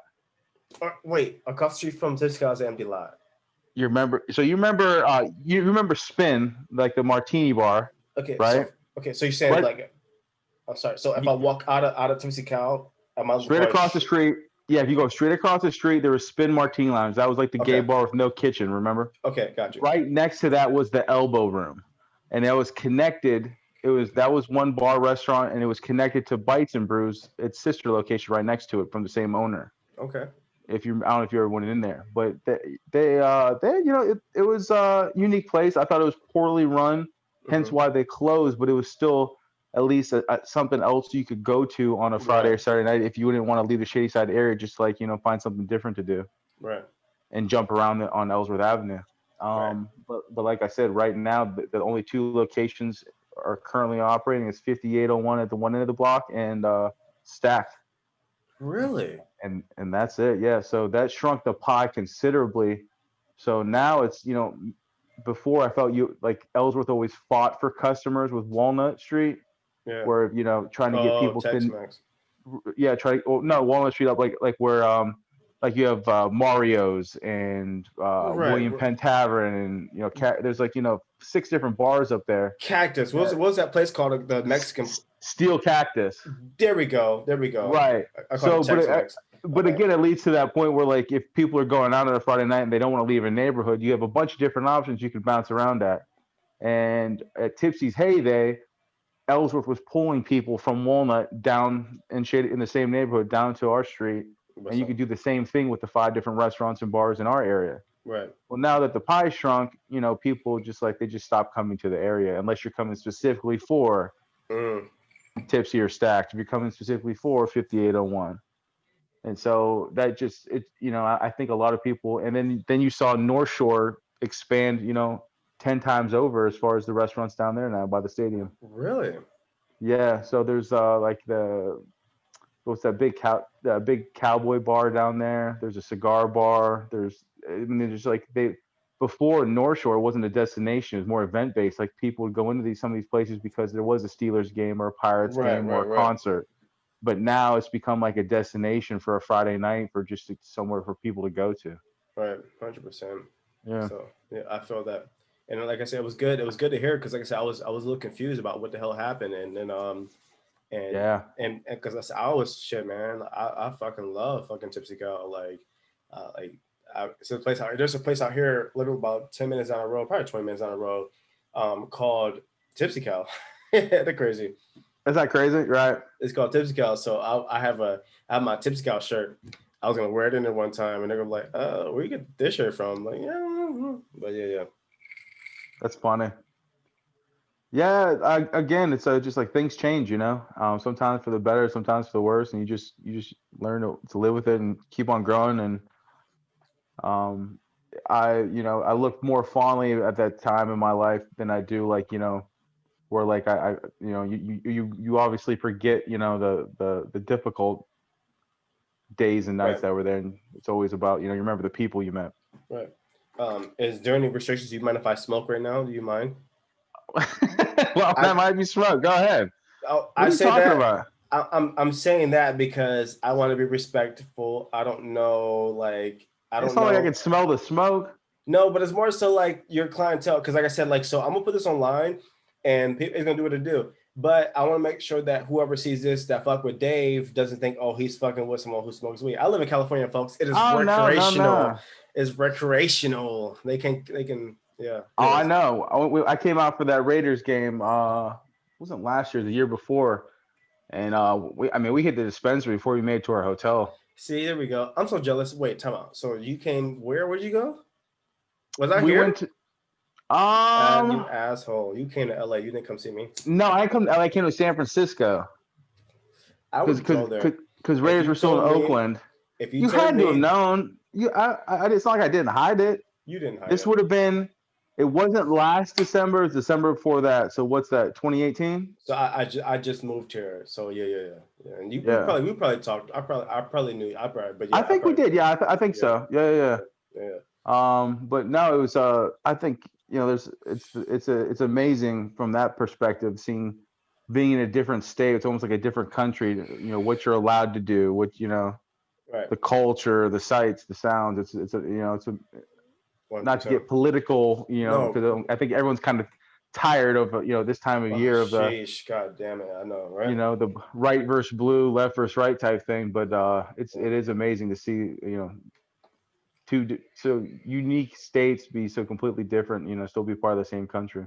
Yep, yep, and that's true. And I guess I didn't really understand that. Like me being from Ohio, it's a state that can be either other way. Like it could be red or blue, doesn't matter. Sure, Like sure. that kind of, I guess, similar with Pennsylvania. Like it can, it could fluctuate. So I understand.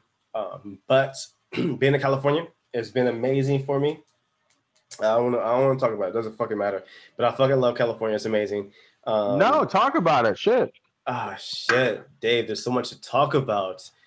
What I need to do is, would you listen? I just paid for my video guy. Fuck it, it was $193 to get this motherfucker here for 5 days. Okay. So Dave, I'll pay $193 to get your ass here on a round trip too. I can afford a round trip ticket to LA. One I ain't hundred worried ninety about three that. dollars, like what? And you better. I just don't want to hurt your feelings. Cause I'm coming to see your dog. I ain't come to see you or Jess. That's fine. He's a little asshole, but that's fine. And we just got another puppy too. We got another puppy. So Did you really? yeah, Okay. Zeke. I call him Zeke, little Zeke. Yeah, Jesus. yeah. Jeez. What kind of dog is that? What kind of dog is Zeke? He is a pit bull, full blown pit bull. I got some Blues American Bulldog in a pit mix, and Is Zeke it is. mandatory for hip hop artists to get pit bulls as pets? I didn't know. I didn't know. No, I'm asking for a friend. You tell that friend. Then no, it's not mandatory. I'm just curious. Yeah. We don't feel obligated. It's just more with me though. Like I guess it's the culture. Like where I grew up in Canton, Ohio, where I'm from. Like it was pit bulls and it was always dog fighting. I didn't know that dog fighting was bad until Michael Vick got caught with it. I didn't know. Not that Sure, sure. like which is crazy shit. Because like I'm telling you, Dave. Like literally, there would be cops who would drive by all day and see people outside like dog fighting. Like I would literally go to school, get off school, walk home and shit. Someone's dog fighting. And think nothing of it and keep on But driving. it was a sport. Like I'm Yeah. walking past it. Like it was just dog fighting was a sport in Canton, Ohio, and Mhm. I didn't know that it was illegal. So when Michael Yeah. Vick got caught with it, I'm like, wow, like What's the big deal? what's the big deal? But then Yeah. it wasn't until I got my dog, and I always have grown to love it for my dog. So Sure. I understand that you don't want that dog fighting. I get it, but the whole point was I thought it was a sport. They have chicken fighting, so Yeah.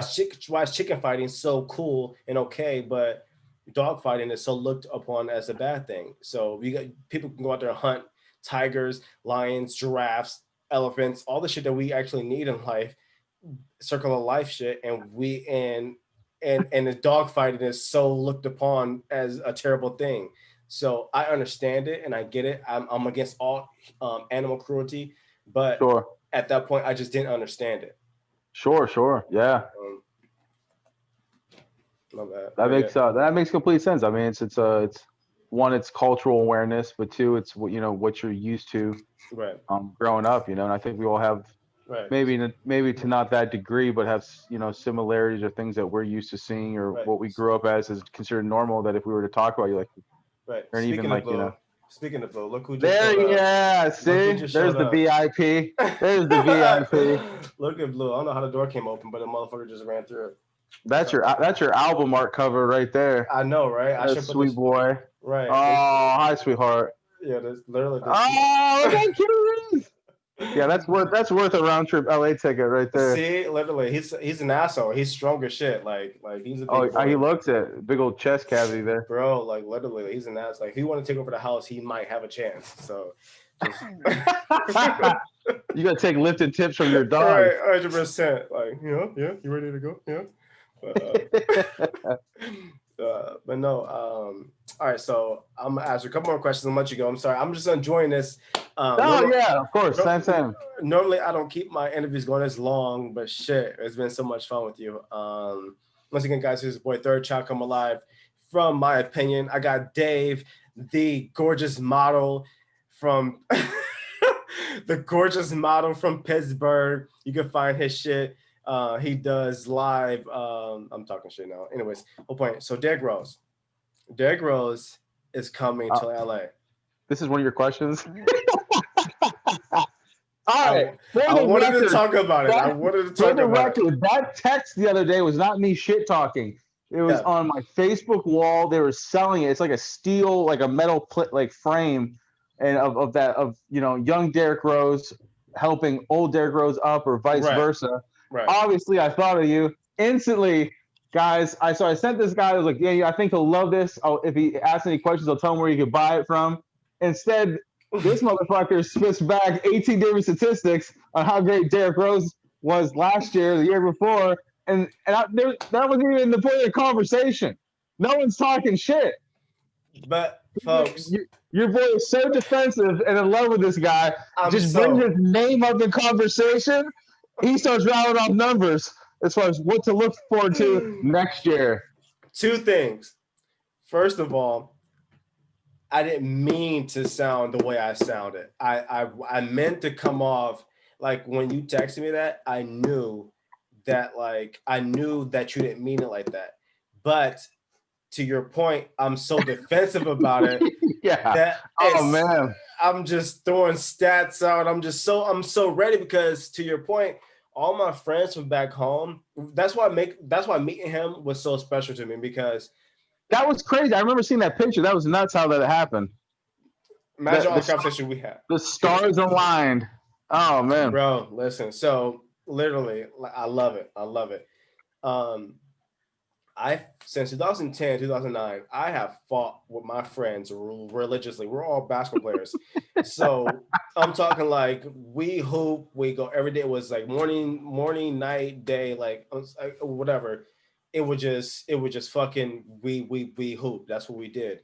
Yeah. So my guy was Derrick Rose, and everybody hated on Derrick Rose, and he got hot. And I was like, I told you, motherfuckers. And then the injuries came, and then they were like, he should just retire. So and then he comes back, start going crazy. He's doing it well again. And I'm telling him, just don't sleep on him. And then for me to meet him the same year, about a week before he have his biggest game of his career, 50 points, it was just so fucking dope in the way it happened. The whole point is, that's why I wanted to talk about with you, Derrick Rose, because I apologize. No, don't apologize. I want to point out, for the NBA heads in your listening to this podcast or wherever you want to call it. Yes, sir. That I think very few players of his superstar status could have done what he has done. Mm-hmm. And I mean that from an emotional and mental maturity standpoint. 100%. To be a superstar, to win the MVP award, the youngest, to get hurt repeatedly after that fact, and then to reinvent yourself where you're coming off the bench to help your team try to help your team win games. Right. Not every player, not every person can do that. Look, It's a testament to him as a player, as a mature adult at that point. yep, And honestly, it's to define his love for the game, which mattered more than his own ego yep. within the game. He's one of the, and not to cut you off, bro. And I was about to call you Pop because now that's my lingo. Pop, like PAP, pop. Like that's what I'm saying. It says a lot about him, and the fact that I chose the right role model. That like I'm going to go until my legs fall off. Like, Yeah. you know what I mean? And that's what you want from all your favorite players. You want someone who's going to go hard for you until the legs fall off. That's why I admire you, how hard you went from Tipsey Cow. Mm. That's why, like, when it comes to the fact that he has came back and done everything he needs to do, the fact that I had so many fights with my friends about it, like Yeah. everything just meant like it was just on 10. So when I met him on October 4th, 2018 at 11:59 p.m. in LA Pacific time. I'm talking shit. The whole point is I met the man that was crazy. It was dope. He came up with like 4 or 5 girls. One was his wife. I was with Jesse. I'm like, Jesse, get your phone ready. It's about to get real. It's about to get creepy in here. and I promise you, Dave, it was so crazy because I spent all that money that night to see him. So like I was like, and no homo, that sounds weird. Like because if I had to listen to this as a non-basketball fan, I was like, this guy's a Right. little suspect to hear talk about another man this way. But you know what? I am talking about him. I'm being vulnerable right now. So The alcohol loosens people up. That's what it does. it's the liquor. I don't blame it on me. Blame it on the alcohol. It's the Bud Light Lime. Yeah. Yes, sir. Um, so we went to the game and we had an amazing time. Like this is the first time I ever sat floor seats. I went on SeatGeek, or it was SeatGeek or one of those other places. But basically, Right. I found floor seats to it was a preseason game. The Timberwolves were playing the Clippers. It was preseason, Okay. and I found floor seats, bro. Like number one floor seats for like $500 total. I'm like, wait. So I get it. It's hard to go backwards. It's hard to go back to those nosebleeds after your feet have touched the floor. I'm bro. sorry, dude. Uh, Good luck going to another basketball game where you're not spending $2,000 on tickets. Because no. it's like because no matter where you're at in the stadium, you're like, these seats suck. I hate this already. Guess what? Taste of the good life. I haven't been back because Yeah, I can see that. I I hear you, haven't man. I haven't been back. It was so amazing to sit those floor seats and literally being there. It was so amazing. They were like they took us to the back. They had a whole buffet in the back for us. So you went through this back room. There was just a buffet back there before the game. You can eat. You can go there during the game at halftime. They had drinks for you. You come up front. You come back up front. You like there was. I think if I'm correct, I think the food was free. So having the floor seats, Fucking better be for that much. yeah, like for the floor seats, you all the food ever or whatever. I think whatever, certain foods you order, it was just free, and you Right, got right, right. and I think you got like 2 drinks free, and then after that, the rest you had to pay for. So Okay. it was just such an experience. And then sitting right up front, I had like Derrick Rose right next to me. Jeff T came up to me, dapped me up. I'm just sitting, I'm just chilling, like Yeah. you mean like, but like I had my fro out. It just started to get long. Like I'm like it was just so dope to have Tom Thibodeau, who's one of my favorite coaches. He was right here. It was just so crazy. I'm yelling shit because I'm drunk to like the guy shooting not Yeah, because he was the head coach at Chicago. He went to Timberwolves. Minnesota, right? Yes, Yeah, right, sir. right, right. So Gotcha. so he had Rose Gibson. He had someone Luol Deng. He had folks that was actually from Mm, Chicago. You know what I mean? Like that whole that should have did some shit team. It right. was just so dope. And we were there. Long story short, at the end of the game, they um they lost by a lot, but it was a preseason game. But Rose was pissed for some reason, and I was trying to wait for him. I saw the girls that he walked up with sitting like kind of mid up in a section. So, but then the guy came up to him and said, "Again, you got to go." Blah blah blah. I was pissed because I wanted to wait. So we leave. I call it Uber. The Uber is actually on the other side of this gate. So he needs to come all the way back around and get in front of us. So if that Uber was where it was supposed to be, I would never met Rose. So Okay. yeah, right. So the fact he's over here, I'm calling, hey bro, there's a fence, or you can come through here. So you gotta come back to the other side. So when he comes around, I'm sitting here, get off the phone with him. I see this guy walking up with a hoodie up, 5 girls around him, and I was like, so I was like, who's that? Like whatever. The nigga walked up, came up. I was like, Jesse, get your phone ready. And it That's so cool, though. and it was so amazing, man. Like I paid $500 to see Derrick Rose that night, I guess, and it happened. And it happened in the most craziest way that it could, if you had to flip a coin or do that shit another 100 to or whatever, Right. it It was wouldn't not worked out. The not at Uber all. would been where it's supposed to be, or right, Right, or yeah, Harry, or he would leaves out a different exit. right. And I felt like such a Yeah. little girl. So can I tell you something? So I'm 28, about to be 29. So I was probably 26, about to be 27. I felt like such a little bitch. Like I'm 27 years old, like Acting like a big old fan. talking to a guy, a full blown man. Like I'm your biggest fan. Oh my god, Blushing mid sentence. Yeah, sure. blushing all over my face. Like like oh my god, like I just love you so much. Like, I'm your biggest fan, and you know you're a little bitch. You know you're a little bitch when you hear some one of the girls he was with. She goes, "Oh, really? Yeah, right. Exactly. Yeah, right. Oh, like get the hell out of here." Yeah, you're like, bitch, I'm 20 years old. What are you doing? She's gonna awe me. Like I'm 27. Don't awe me. Like give me a handshake. She goes That is like hilarious. she said, "Oh, like I just as a grown man, you shouldn't hear that. Like I don't know.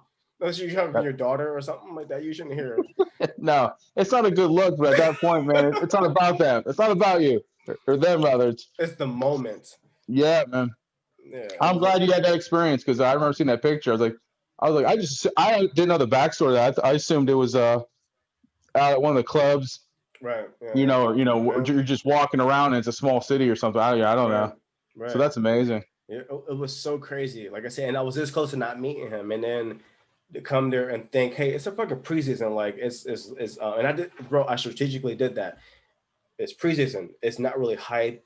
There's not going to be all the crazy shit. It should just be like him, just like he's not trying to win the Sure, game. sure. It should be low key to where he can feel comfortable enough to meeting people like me, fans and shit. Right. So Exactly. you know Right. what I mean? So for it to happen at the end like that, it was almost like, oh shit, everything worked out exactly how I wanted it to work out. But it was just so like you couldn't do that again type shit. So it was amazing. I'm actually impressed you went in with the plan of trying to meet him. I would have been like, there's no way. I mean, this is still going to be thousands of people there. Right, right, I'm gonna get lost in the crowd. It's right, just I'm glad it worked out. That's right. an amazing story. I was right behind the bench, bro. I'm talking like $500, 2 tickets. I'm right behind the bench, and I feel like I when I look back at it, bro, I lived like a star for 3 hours for $500. Oh man, I would have like not ate for 2 days and went off on hot dogs and nachos. I'm gonna stretch this $500 for all it's worth. It was amazing, and I know she had a good time. We was on TV. People from back from Pennsylvania is like sent Snapchats like you're on TV Oh, right they now. say you. Yeah, shit. Oh man, Yeah, that's awesome. it was dope. So I took like screenshots of like what people sent with Jesse and I. Like it was dope. It was a good time. But like I said, so when you get hungry, when you get shit like that, so yeah. That's awesome. Hey, man. That's a great experience. Yes, sir. And all my friends back home who I fought with, I didn't had almost fist fights with people about Derrick Rose because like my friends are assholes, they're dickheads. So like they would say all types of shit, and I'm like, you motherfucker. So I'm hype. I'm talking shit, and you don't realize when you get mad, you just start talking, and then saying, you know, your head hurts. Oh, I'm mad. Like so, you just. So I can empathize with that. So recently, not to get off same sport, different player. As you know, Lakers. I imagine there's some partying going on over there for the championship Yes, sir. that they recently won. But I had the unique misfortune, best way to say it, of going out to an after hours bar recently in Pittsburgh that is not following all COVID restrictions and still open until 2 a.m. Okay. So it felt kind of normal. But the people I was with, the argument of the night was who's better, MJ or LeBron. I know your take on this already. And so it's very unique seeing 30 plus year old men standing yelling in the middle of a bar that should not be open, as far as like who they think should be who's better. And it's just I probably not to turn this into a 3 hour question, but I pose the question to you. Yes, who sir. who do you think is the greatest of all time? Okay, I got you. And first of all, I'm sorry about Derrick Rose being a 3 hour question, but however, all right. So okay, all right, cool. Okay. So all right. So let's just all right. So Yeah, let's, I'm anxious to hear this. I'm anxious. like kind of like when you get asked a question like that, you kind of gotta respond just like that. Like, okay, all right, let me get my story straight. I can see point 1, 2, and 3 just Yeah. being like laid out right in your head. Let me get this into perspective. Okay. All right. Okay. All right. Okay. All right. Forgot. Okay. So, so I would say, all right.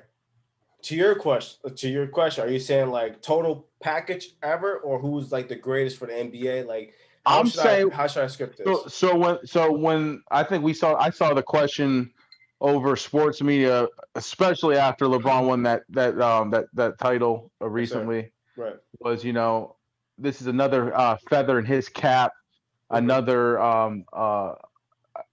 lack of more of other topics to talk about as far as because the NBA season's wrapping up, so it's easy to gravitate. Well, let's revisit. Who's the greatest player of all time? I think was how it was posed. Okay.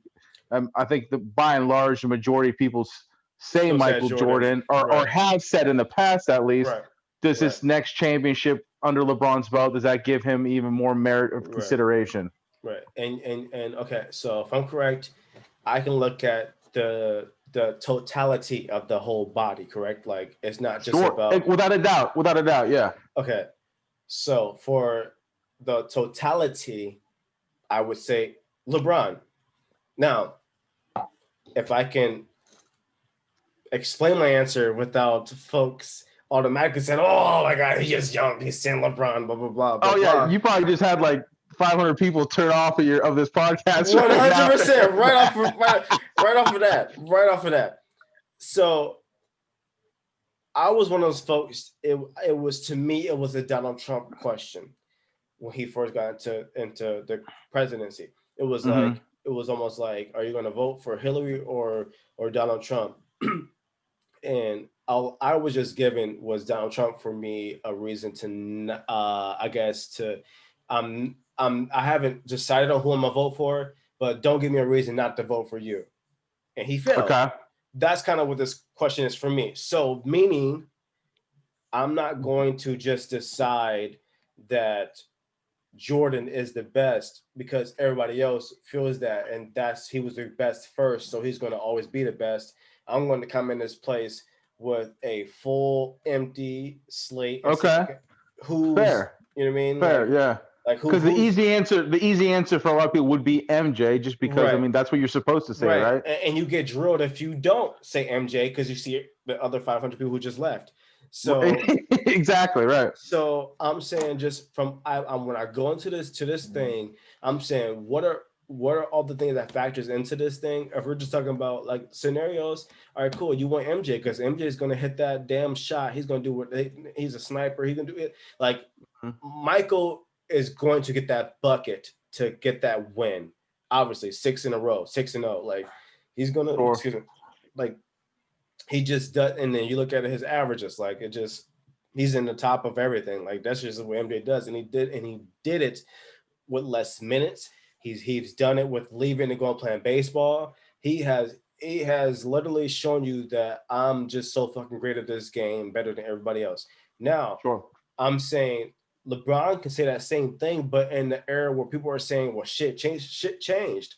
People are just shooting from 50 feet away now. People wasn't doing that before, and people can make the sense of what this person could have done it, but we never saw it.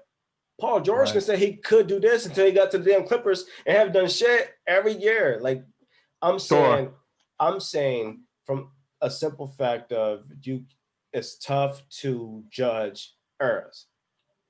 So you have MJ in an era where I think not everybody was not athletic. Um, you had about 10 people who could have dunked from this era. Now you got 15, 30 people who can dunk from that Sure, era. right. So, but then again, I know that those same guys who are dunk from that era, isn't as good as those 10 players who could have done it back then, because you had what Drexler, Sure. you had a whole bunch of athletic, Dr. J, fucking Jordan, obviously. You had a whole bunch of motherfuckers who can just, you know what I mean? Dominique Wilkins. You just had a lot of motherfuckers who were just so athletic, but back then it's just far in between what it is right now. If that Sure. makes sense. Okay. And then No, right. like I said, the 3-point shooting is better right now.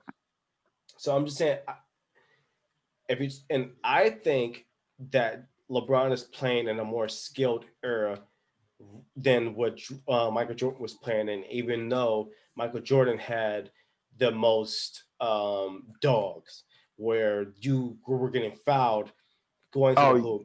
Like right. the era of the playing was harder. Okay, that's so hard because like you're playing almost like blacktop basketball back You could be a then. lot more aggressive on defense and Right, not be right, called for that foul. Right. right. And compared to where right now, if you just like blow on his ear, they're Do a gonna, Lance Stevenson. Yeah, you get called for the yeah, foul. Yeah, right.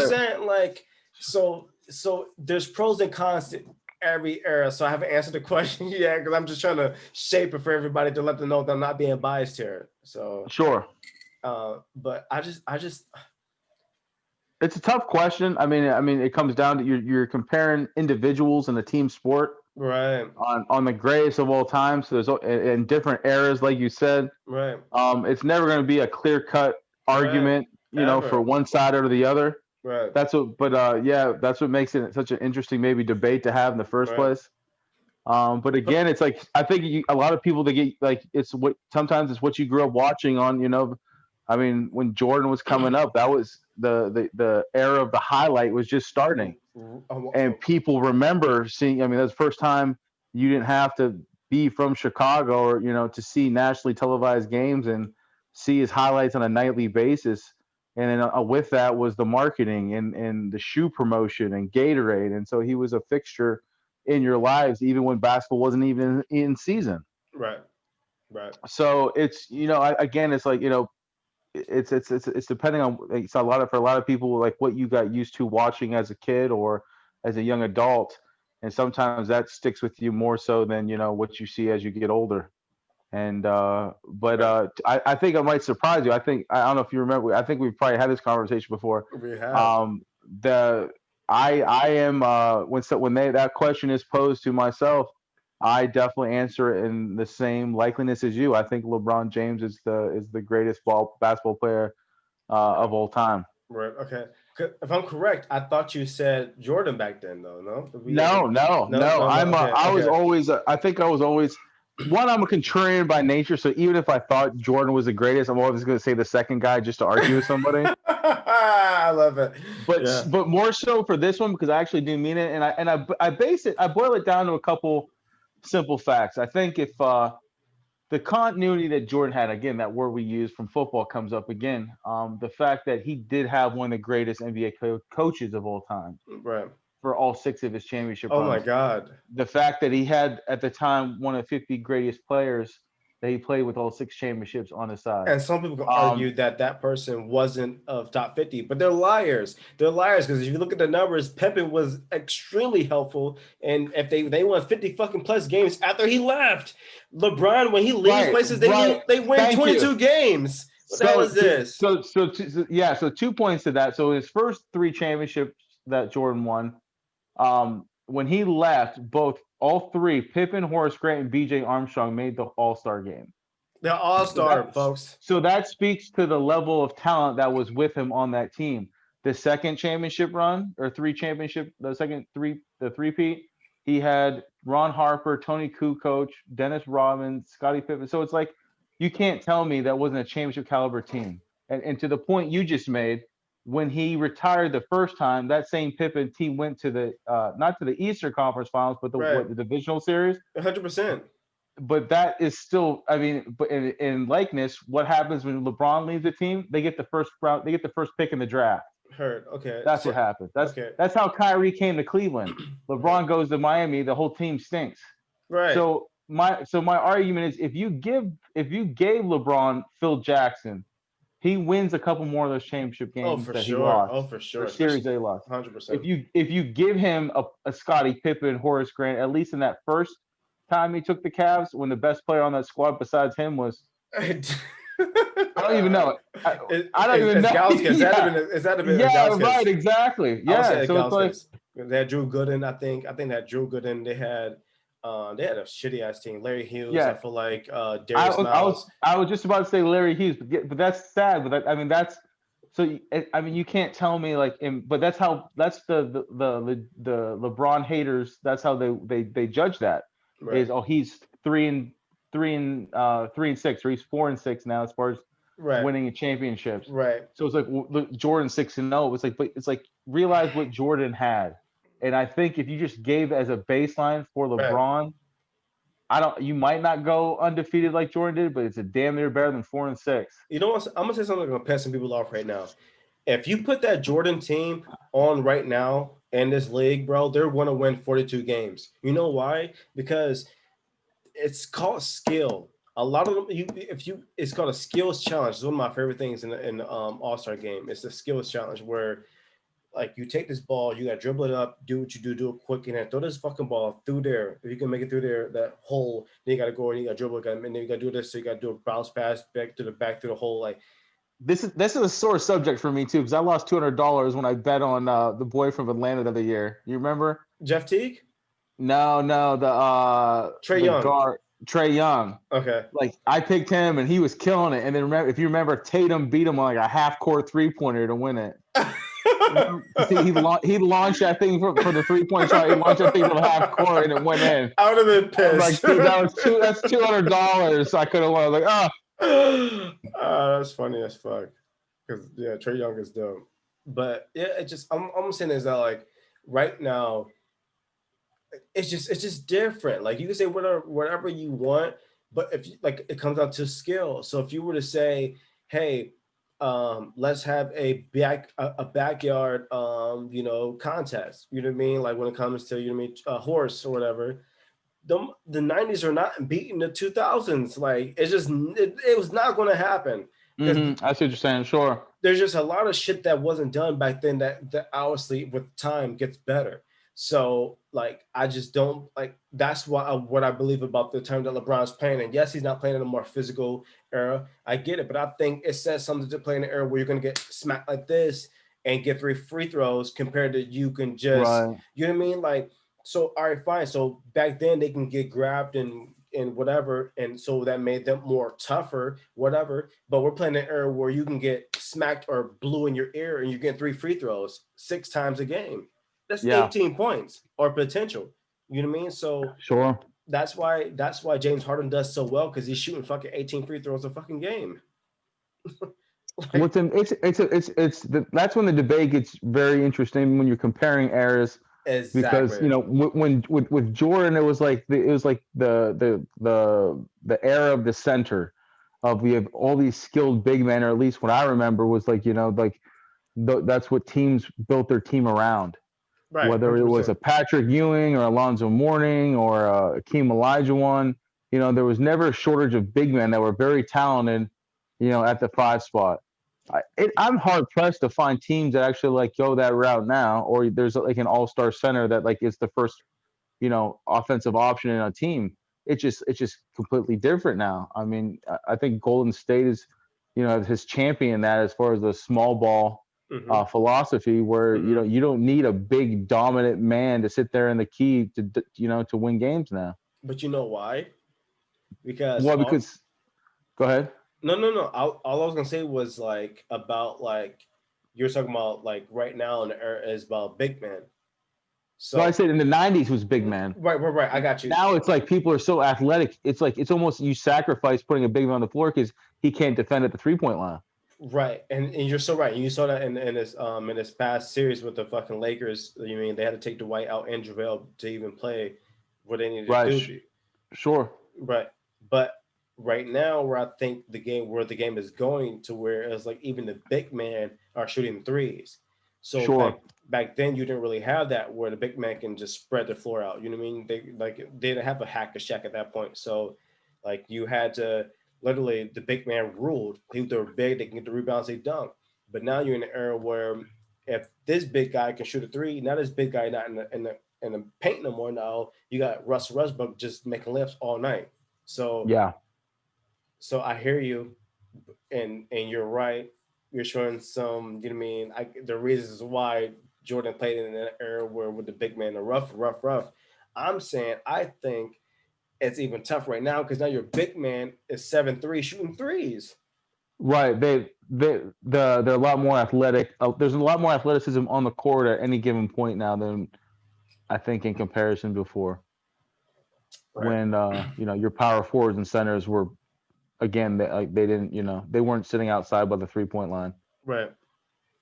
All right. So I know I'm keeping you long. My apologies. I'm gonna get you out of here. Oh, no Um, worries. so I got one more question for you. Okay. So what will be a single goal for yours next year? So I know like it's Oh, tough, great question. but Yeah, no. A single goal for me next year.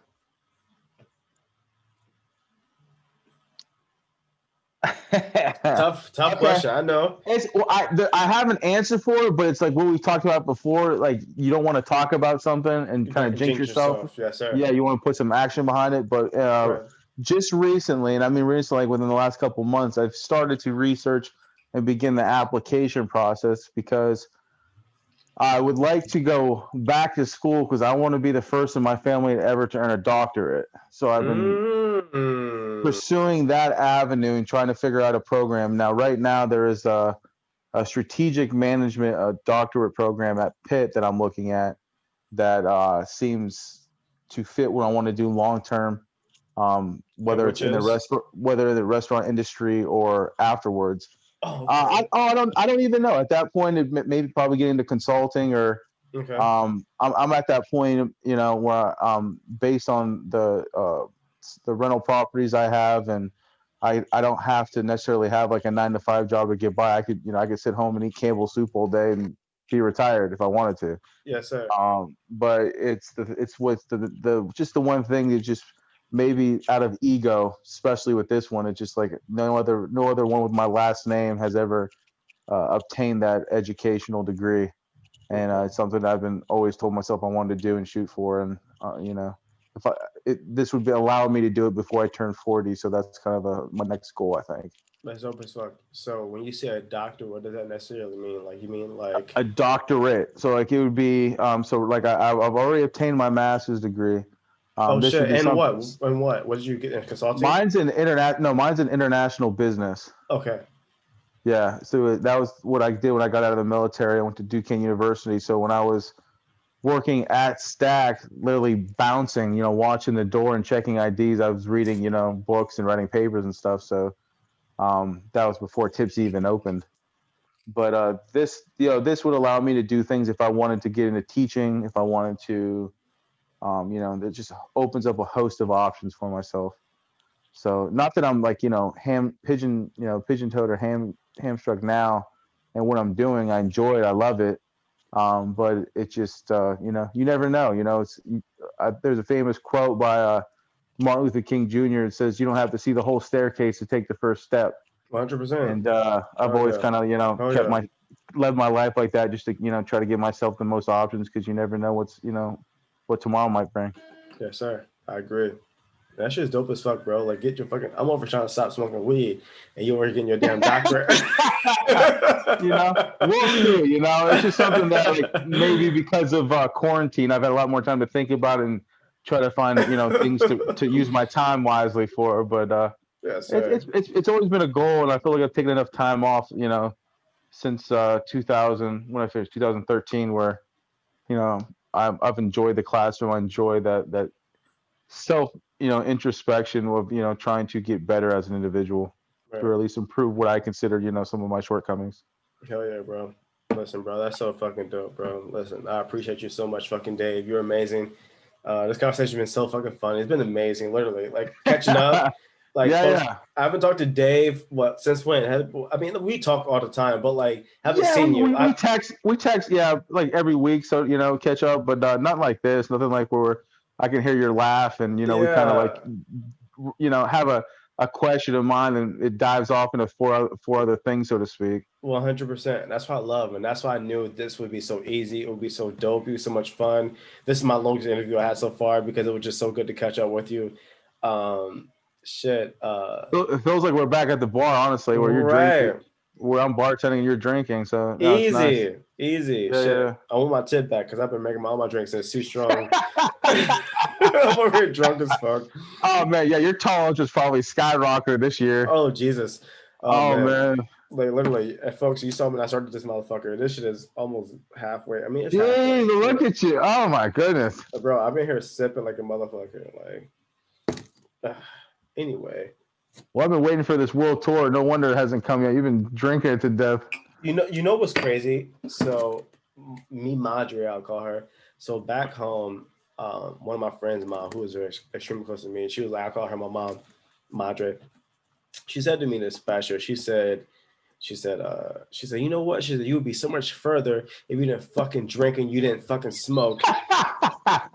And and I was like, whatever. But she was right. She was right because if I stopped smoking, I stopped drinking, I'll Yeah, take that's easy to say, but who knows? right, What sparks your creative juices, so to speak. right, Sometimes right, it takes a blunt or two, or right, a right, couple drinks to just like right, start that handwriting going.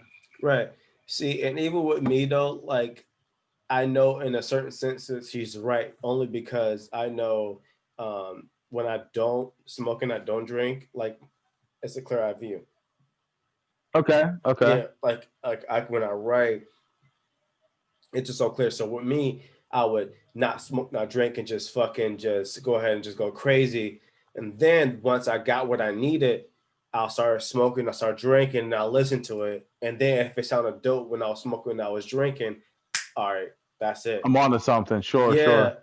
So when she told me you should stop smoking, you should stop drinking, I'm like, listen, damn, it's one or the other. Because if I stop smoking, all right, cool. I got at least drink something. But like now that when I get older, I don't want to throw up. I don't want to get sick. Like it's better for me to like kind of smoke before I drink, not even a lot, just hit the blunt once or twice, then Right. drink, do my thing with drinking because you don't get the spins at all. Towards the end, I'll smoke before I go to sleep. It's just a fucking system. So, yeah. Well, I definitely see it as when we partake in some of our vices, Yes, sir. we have a tendency to expose some of the hidden truths to ourselves. So sometimes Mm-hmm. that's very much needed, especially when you're writing about past Ah, events, stories, people, for like when you're storytelling for your art. So it yes, just sir. depends. See, that's I a think great it's point. pros and cons. Mm, mm. Fucking great point. See, and you just See, we're right back at the bar again. You can just Venmo me my tip. I appreciate it. I got you. And you just prolong my smoking for another 2 weeks because maybe I got some shit I'm Yeah, trying to, exactly. you Right, know? because sometimes it takes a little bit to get yourself in the right state of mind to confront something that you didn't even know was there. Yes, Who's to sir. say? Who's to Yeah, say?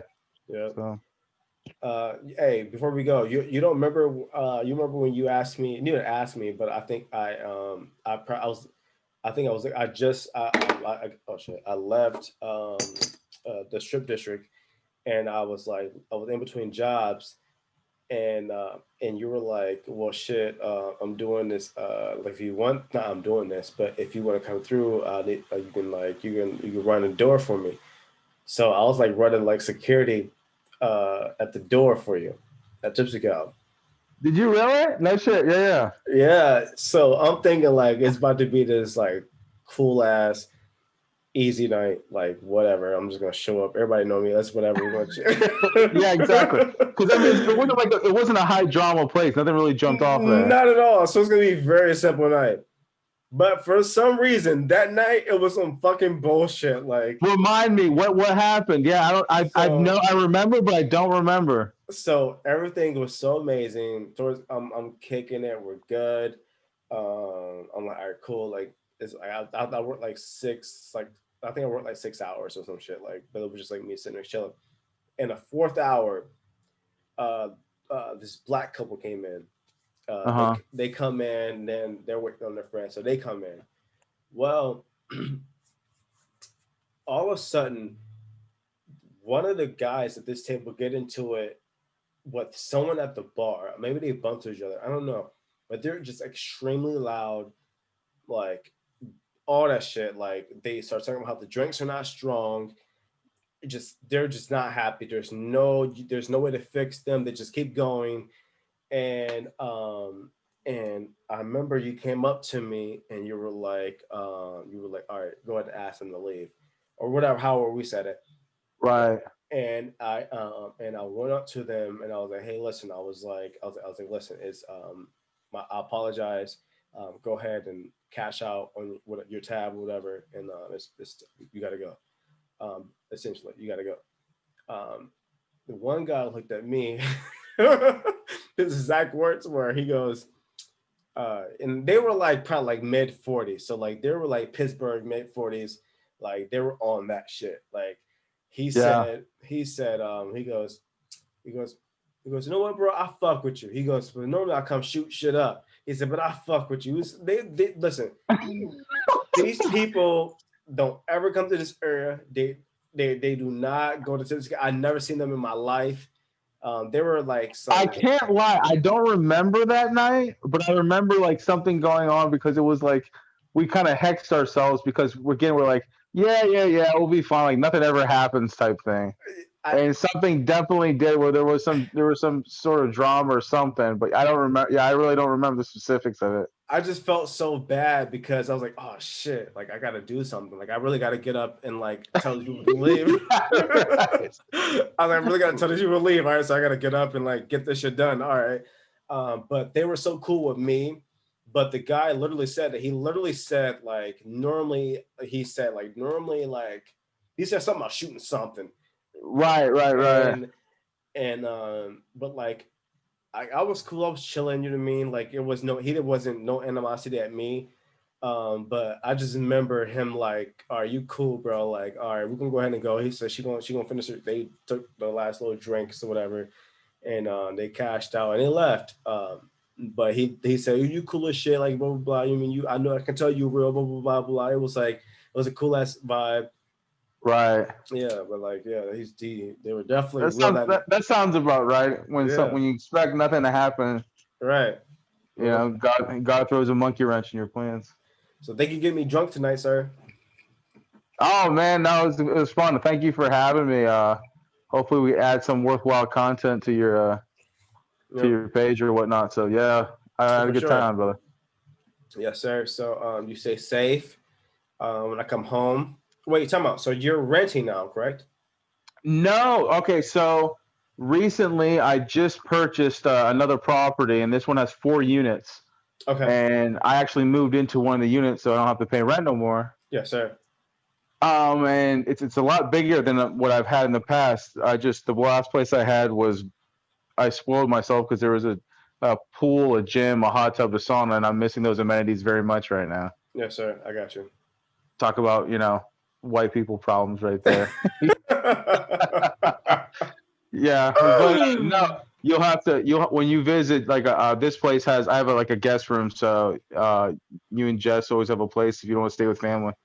Hell yeah, bro. I won't stay with her family, No, but I figured knowing the history no, between you and her family, I assumed as much. But yeah, yeah, yeah. It's a. I I actually just got a bed frame. It's hand carved. It's fucking gorgeous. oh hell But yeah, I just put it in the guest room, so I'm just gonna get a mattress for it and go from there. But hell hopefully yeah. by when you visit next, I'll have it set up for you. I appreciate you. I just unblocked her family, so yeah, I Oh man, pretty. I don't know how you do it. But yeah, yeah, yeah. Best of luck on that one, man. Oh, Jeez. bro. So her friend has this graduation um, from school or some shit coming up. Okay. So that I think that's in near summertime. Okay. So So you what next year? You mean? yeah. Next summer. So I should Okay. be. I would have flown home before it, bro, but like it would have been like me just literally just fly home and just see you. I was literally thinking like, if I'm gonna go home, who am I gonna see? Fucking Dave. Just one person go home to see. So Oh man, I appreciate that. But no, I think it'll be easier for me to come out there because like I said, you got a bunch of stuff popping off and you're trying to build your empire out there. And like with me being single now, man, I have so much free time to be more worthwhile for me to come visit out there and oh, bro, if you come here, I'm telling take you, over some stones. Yeah, we would have so much fun. yeah. I'm telling, like the amount of fun we would have, and I got Oh, this room here. You were sounds sleeping here, dangerous. so like if you were like, I'm coming out here, I'll go on fucking Amazon, buy a $50 blow up bed, and like you have your own little area. I have a couch here, but you're a big boy, so like you probably this little futon here. Well, it's luxury, but it ain't gonna be good for you. So I'm gonna need to get you some extra sheets and blankets and comforters. I appreciate that, but I definitely don't want to Right. put you out because it'd be just as easy just get like a suite at a hotel or something. Oh, Give you and Jesse a weekend out of your place for a little bit too. shit. If you're talking about doing Like some Papa Giorgio. have an adult weekend, so to speak. Oh shit. You talking like Vegas type shit? Like I'm not even wherever. I'm saying like LA because like I've never been to LA, honestly. okay. But depending on when I come out, that'd be the easiest thing. I mean, looking ahead next year when they finally open up the stadium in Vegas, Mm. that's a quick puddle jump over to LA. Either or, vice versa. Because even if Right, you, right. because if you Oh yeah, came, true. Yeah, exactly. Yeah, very yeah, true. because if you came here, we got a place for you, so you can just pay an easy $200 ticket for a round trip, have a place to already stay. Now you can just save all that fucking money to go to fucking Vegas. That's 2 hours, 3 hours away, and That's very and true. and have your fun. Right, right, true. We can literally rent a car for 3 days and drive to fucking Vegas. I'm just not. I'm all for making memories. I'm just not trying to get Jesse mad at either of us. That's all. Sir, she's already mad at me. Like, Oh man. but no, she's cool as shit. But you're right. She's gonna be coming with us because there's nowhere she's gonna let me go to Oh Vegas. yeah, I figured as much. Yeah, She's not gonna let me go to Vegas by yeah. myself. So, so she's more likely gonna come too. Yeah, So, actually, it's weird because I actually have some friends. They are still in the Air Force. They're stationed at Nellis out of Vegas. So oh, no, that's dope. they're always telling me like I should come visit. So it'd be easy again. It'd be easy to like because they know all the spots to go to. Obviously, too living out there. Oh, that'd be so easy. Like I said, Yeah, right. and like I said, I got like anytime $200 and I'll buy it for your ticket for you. Nah. If you said, hey, I'll be there next week, buy your ticket. Get out here. Like, give me. Oh no need to buy my ticket. Just keep sending me that free merch so I can keep supporting you. I got you. I'll send that new tank top I got Actually coming no. out. I still owe you because last time I told you I was going to buy those 2 shirts and I never even followed through on that. So I got to do that. So I'm going to do that first. Did I send it to you? No, you sent me the white long sleeve the With first the world stuff. one, Yeah, gold. the first came out with right, but then you had the new stuff, and you're like, give me your size, and I was like, I'm not giving you my size. I want to support you. I'm just going to buy it myself, and I never follow through on that like an asshole. So I got to do my part. Yeah, I'm not worried about it. I still got more shit I got to do on my website, so no issues at all, bro. So okay. Yeah.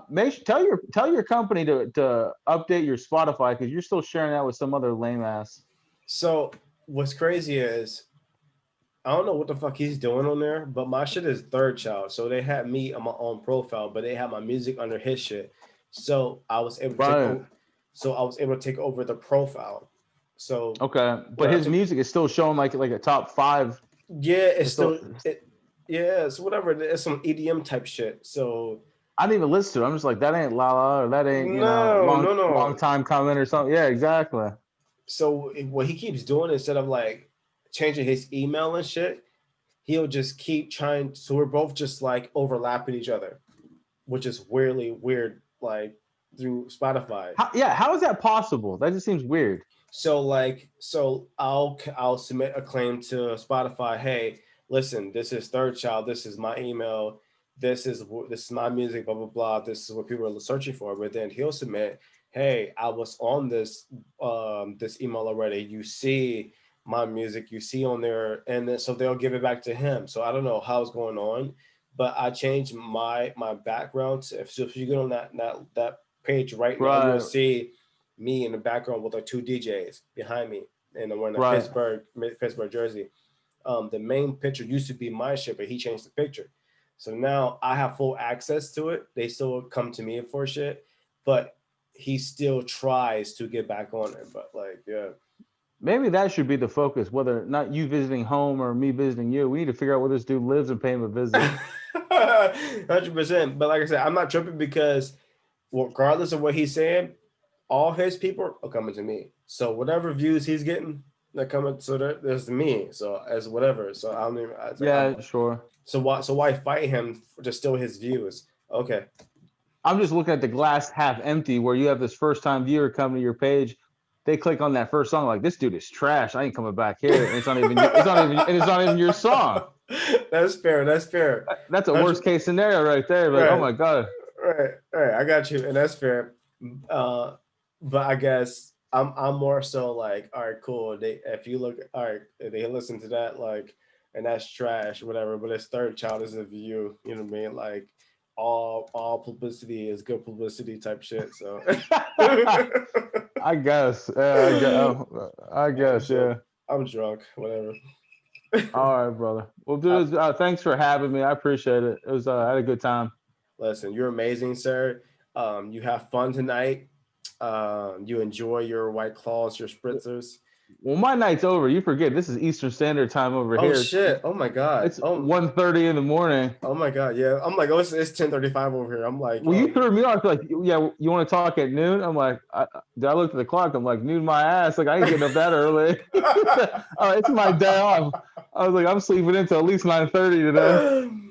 Because I was thinking, like, you know, Eastern Standard Time, but you kept saying Pacific. So I was like, oh, okay. So I feel better after you texted me. I was like, oh, we'll just do it later. That sounds better. See, that's amazing because when I sent you the link, I saw that it said like Pacific. So I was hoping that like you saw that.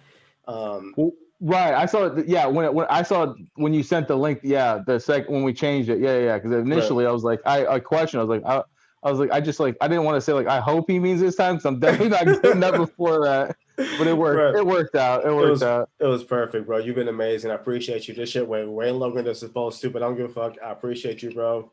You're amazing. Have a good night. I'm gonna get more drunk, and I'll see you soon, bro. All right, bro. I'll see you soon. You take it easy. Stay safe, and tell Jesse I said hey. I got you, bro. Thank you.